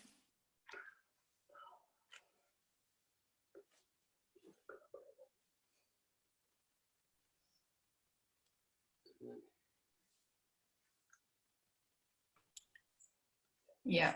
So what I'm hearing, Sumit, that you're saying that the dinacharya, and you're referring very much to the cycle of the sun and the moon, that this is so important for our mind to settle, and that will then settle the breath.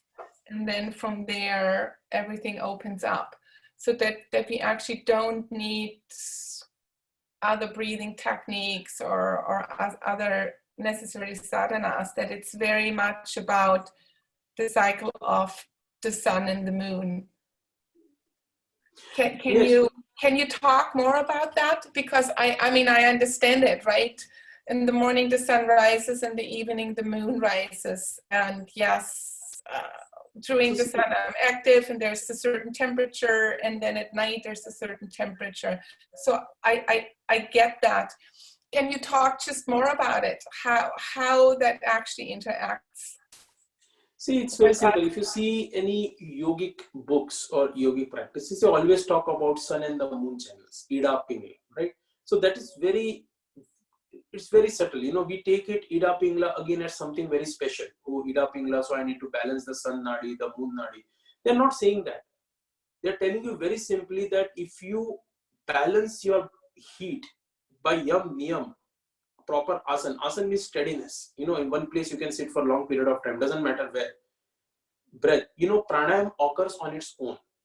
Nadi Shodhan, whatever is given, different kinds of pranayam is given, is a process to alter the breath voluntarily, for certain purposes. It is not a requirement. We take it as a prerequisite because we are using both the nostrils as Ida and Pingla. So the moment we introduce this concept, we feel we need to show some pranayam.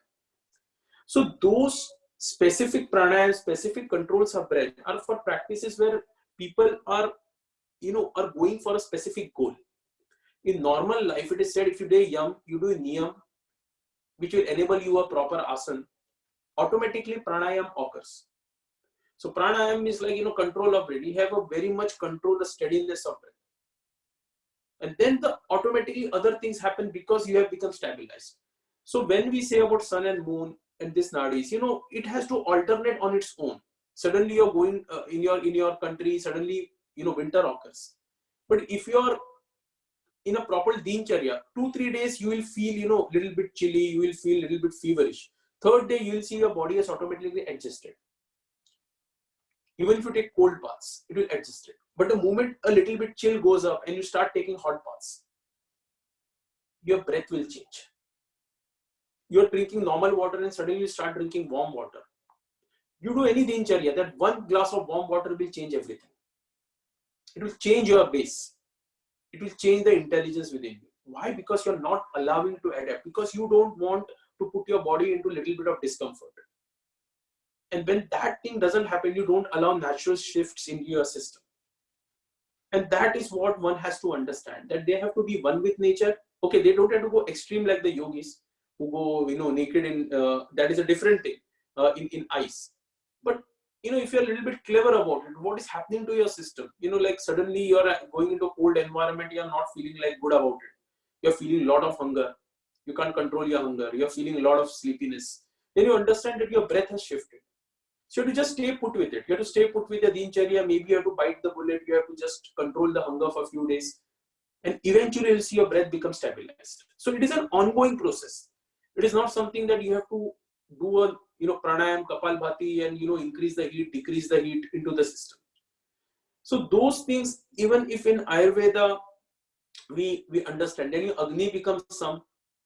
In Dhatva Agni, Bhuta Agni, Jathar Agni, everything becomes some. Your excretion, all the Vayus in the body are acting to the optimum. And eventually what happens, you go through these changes in a very transitory phase. You don't have to do anything else. Certain exercises like Kapalbhati, Ujjayi breath are required by whom? They're required by, like, for example, if I go into the mountains, I don't have any gear. I have to sit in cold conditions to do something. Then I'll have to use that breath to increase heat into my body. Or if I'm talking continuously to people in cold conditions, I'll have to talk with the Ujjayi breath. Because otherwise what happens, I'll get tonsillitis. I'll get sore throat. So I have to do Ujjayi breath. So those are very specific things you do in a particular geographical conditions. But if you treat those as special breaths, I'm doing, so I'm getting some divinity within me, then I think so that is not going to help anyone. So if you can just, there is this Ajab Gayatri, like the moment you are born, this Hamsa breath is going inside you. Even if you can stabilize it, even if you can support it to change its diurnal variations, like certain times twice in the day, both the nostrils are being active during the dawn and the dusk. So that is a good measure, that during dawn and the dusk, are your both nostrils being active? Are you feeling light? Are you feeling stable? I think you have done a good job. But if it is not happening, you'll see that there is a lot of discomfort, there is a lot of stress into your system. You will feel very hyper, you will feel uneasy about yourself. You will feel cranky, you will, and these things happen because your breath has shifted. And that something can be achieved with discipline, which stabilizes all the 5 Vayus, because Vayus cannot get stabilized if the breath is not stable. Because it isn't this, you are inhaling and you are exhaling. Within the inhale and the exhale, countless things are getting created, stabilized and dying. This Vayu is going in this 1 millisecond to all the centers of your system and going out. That's how powerful it is. And that is why, it is very important that if breath has shifted, your nadi shifts. Some people look at the breath. In the nadi, what you're looking, you're not looking at Vat Pitta Kapha. You're just looking how much it has shifted. If it is shifted properly at a particular day of the time, a lot of Nadi Vaidyas will call you early in the morning. The reason is that they see how much your breath has shifted. If they have shifted, they have to stabilize it. Then somebody will tell, no, with one finger I can see Apan, Pran, Udan, Vyan. Then you can make those derivations. I don't know how people make it, but it's fine. If you make it, if you can make it, it is good. But if this one breath can be stabilized with proper dincharya, then no disease will affect the system. Of course, your body will still die, it will still deteriorate, because there is a limited time how much this breath will stay into your system. But that is something which is not under our control. That is how the prana goes, and the prana moves from one place to another place. It has to. That is its conscious nature, transitory. It can play in a particular place, but it cannot be contained. It's a vessel which has to cast away.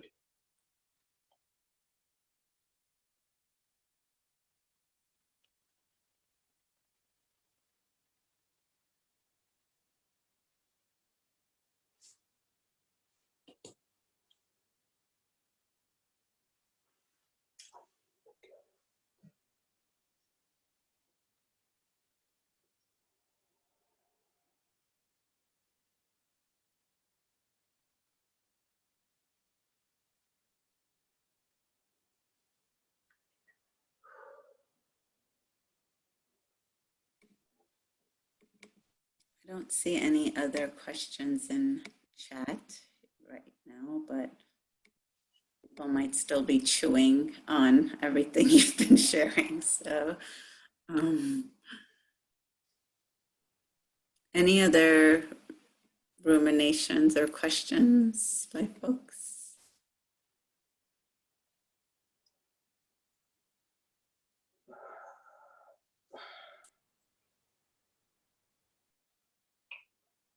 Bhairavi says, a lot to reflect on upon as always. Yes.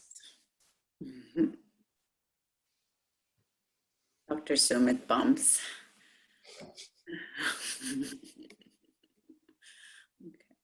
Yeah, you have to rethink your, everything that you ever do. Every time you talk to Dr. Sumit, you're like, okay, I just have to press the reset button again and again and again, which is great. Wonderful.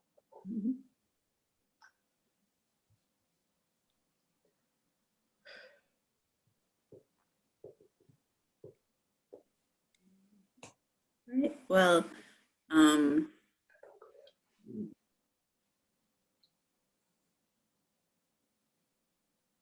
if folks do not have anything else to ask or share, shall we wrap it up? Dr. Sumit, you have anything to share? I don't know. I personally never have anything to share unless people ask me something. No. That's fine. I'm just happy to see everyone. Mhm. There we go. There's everyone. It's early morning right now here. I think I started at usually 3. see you in the evening. That's right, yeah. Yeah. Yes. We're reversed.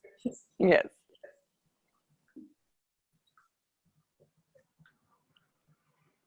The sun just broke out now over here in Chandigarh. So Keep a tab on the lockdown and inform me if any news from India. I will submit you.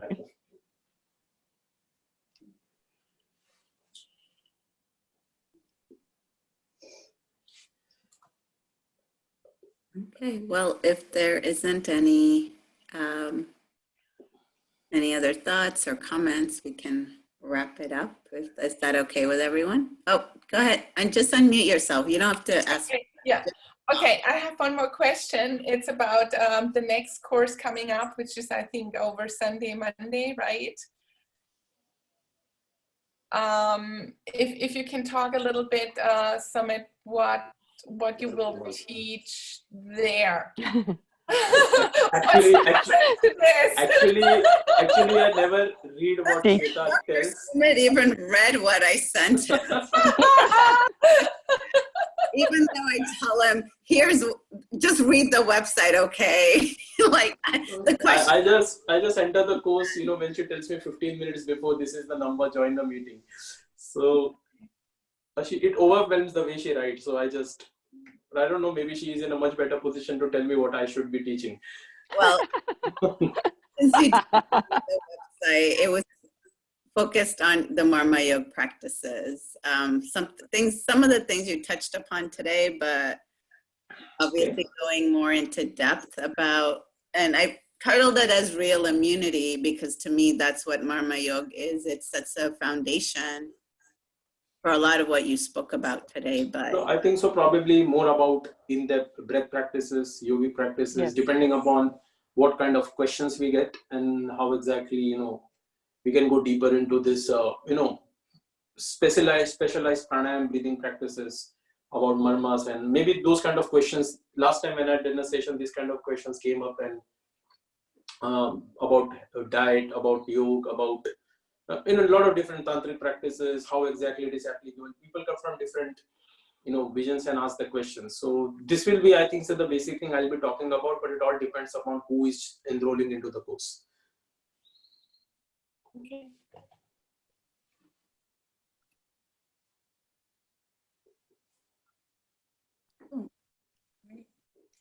well, as always, Thank you so much, Dr. Sumit. Right, thank you. Thank you, Sumitji. Thank you. Thank you. Thank you. Okay, Thank you bye. so much. Bye-bye. Thank you. Bye. Thank you. Stay vital, everyone. Bye-bye. Bye. Thank you, Shweta, for organizing this. Thank you. Bye-bye. Bye. An honor. Hi, everyone. Bye. Bye. Leave.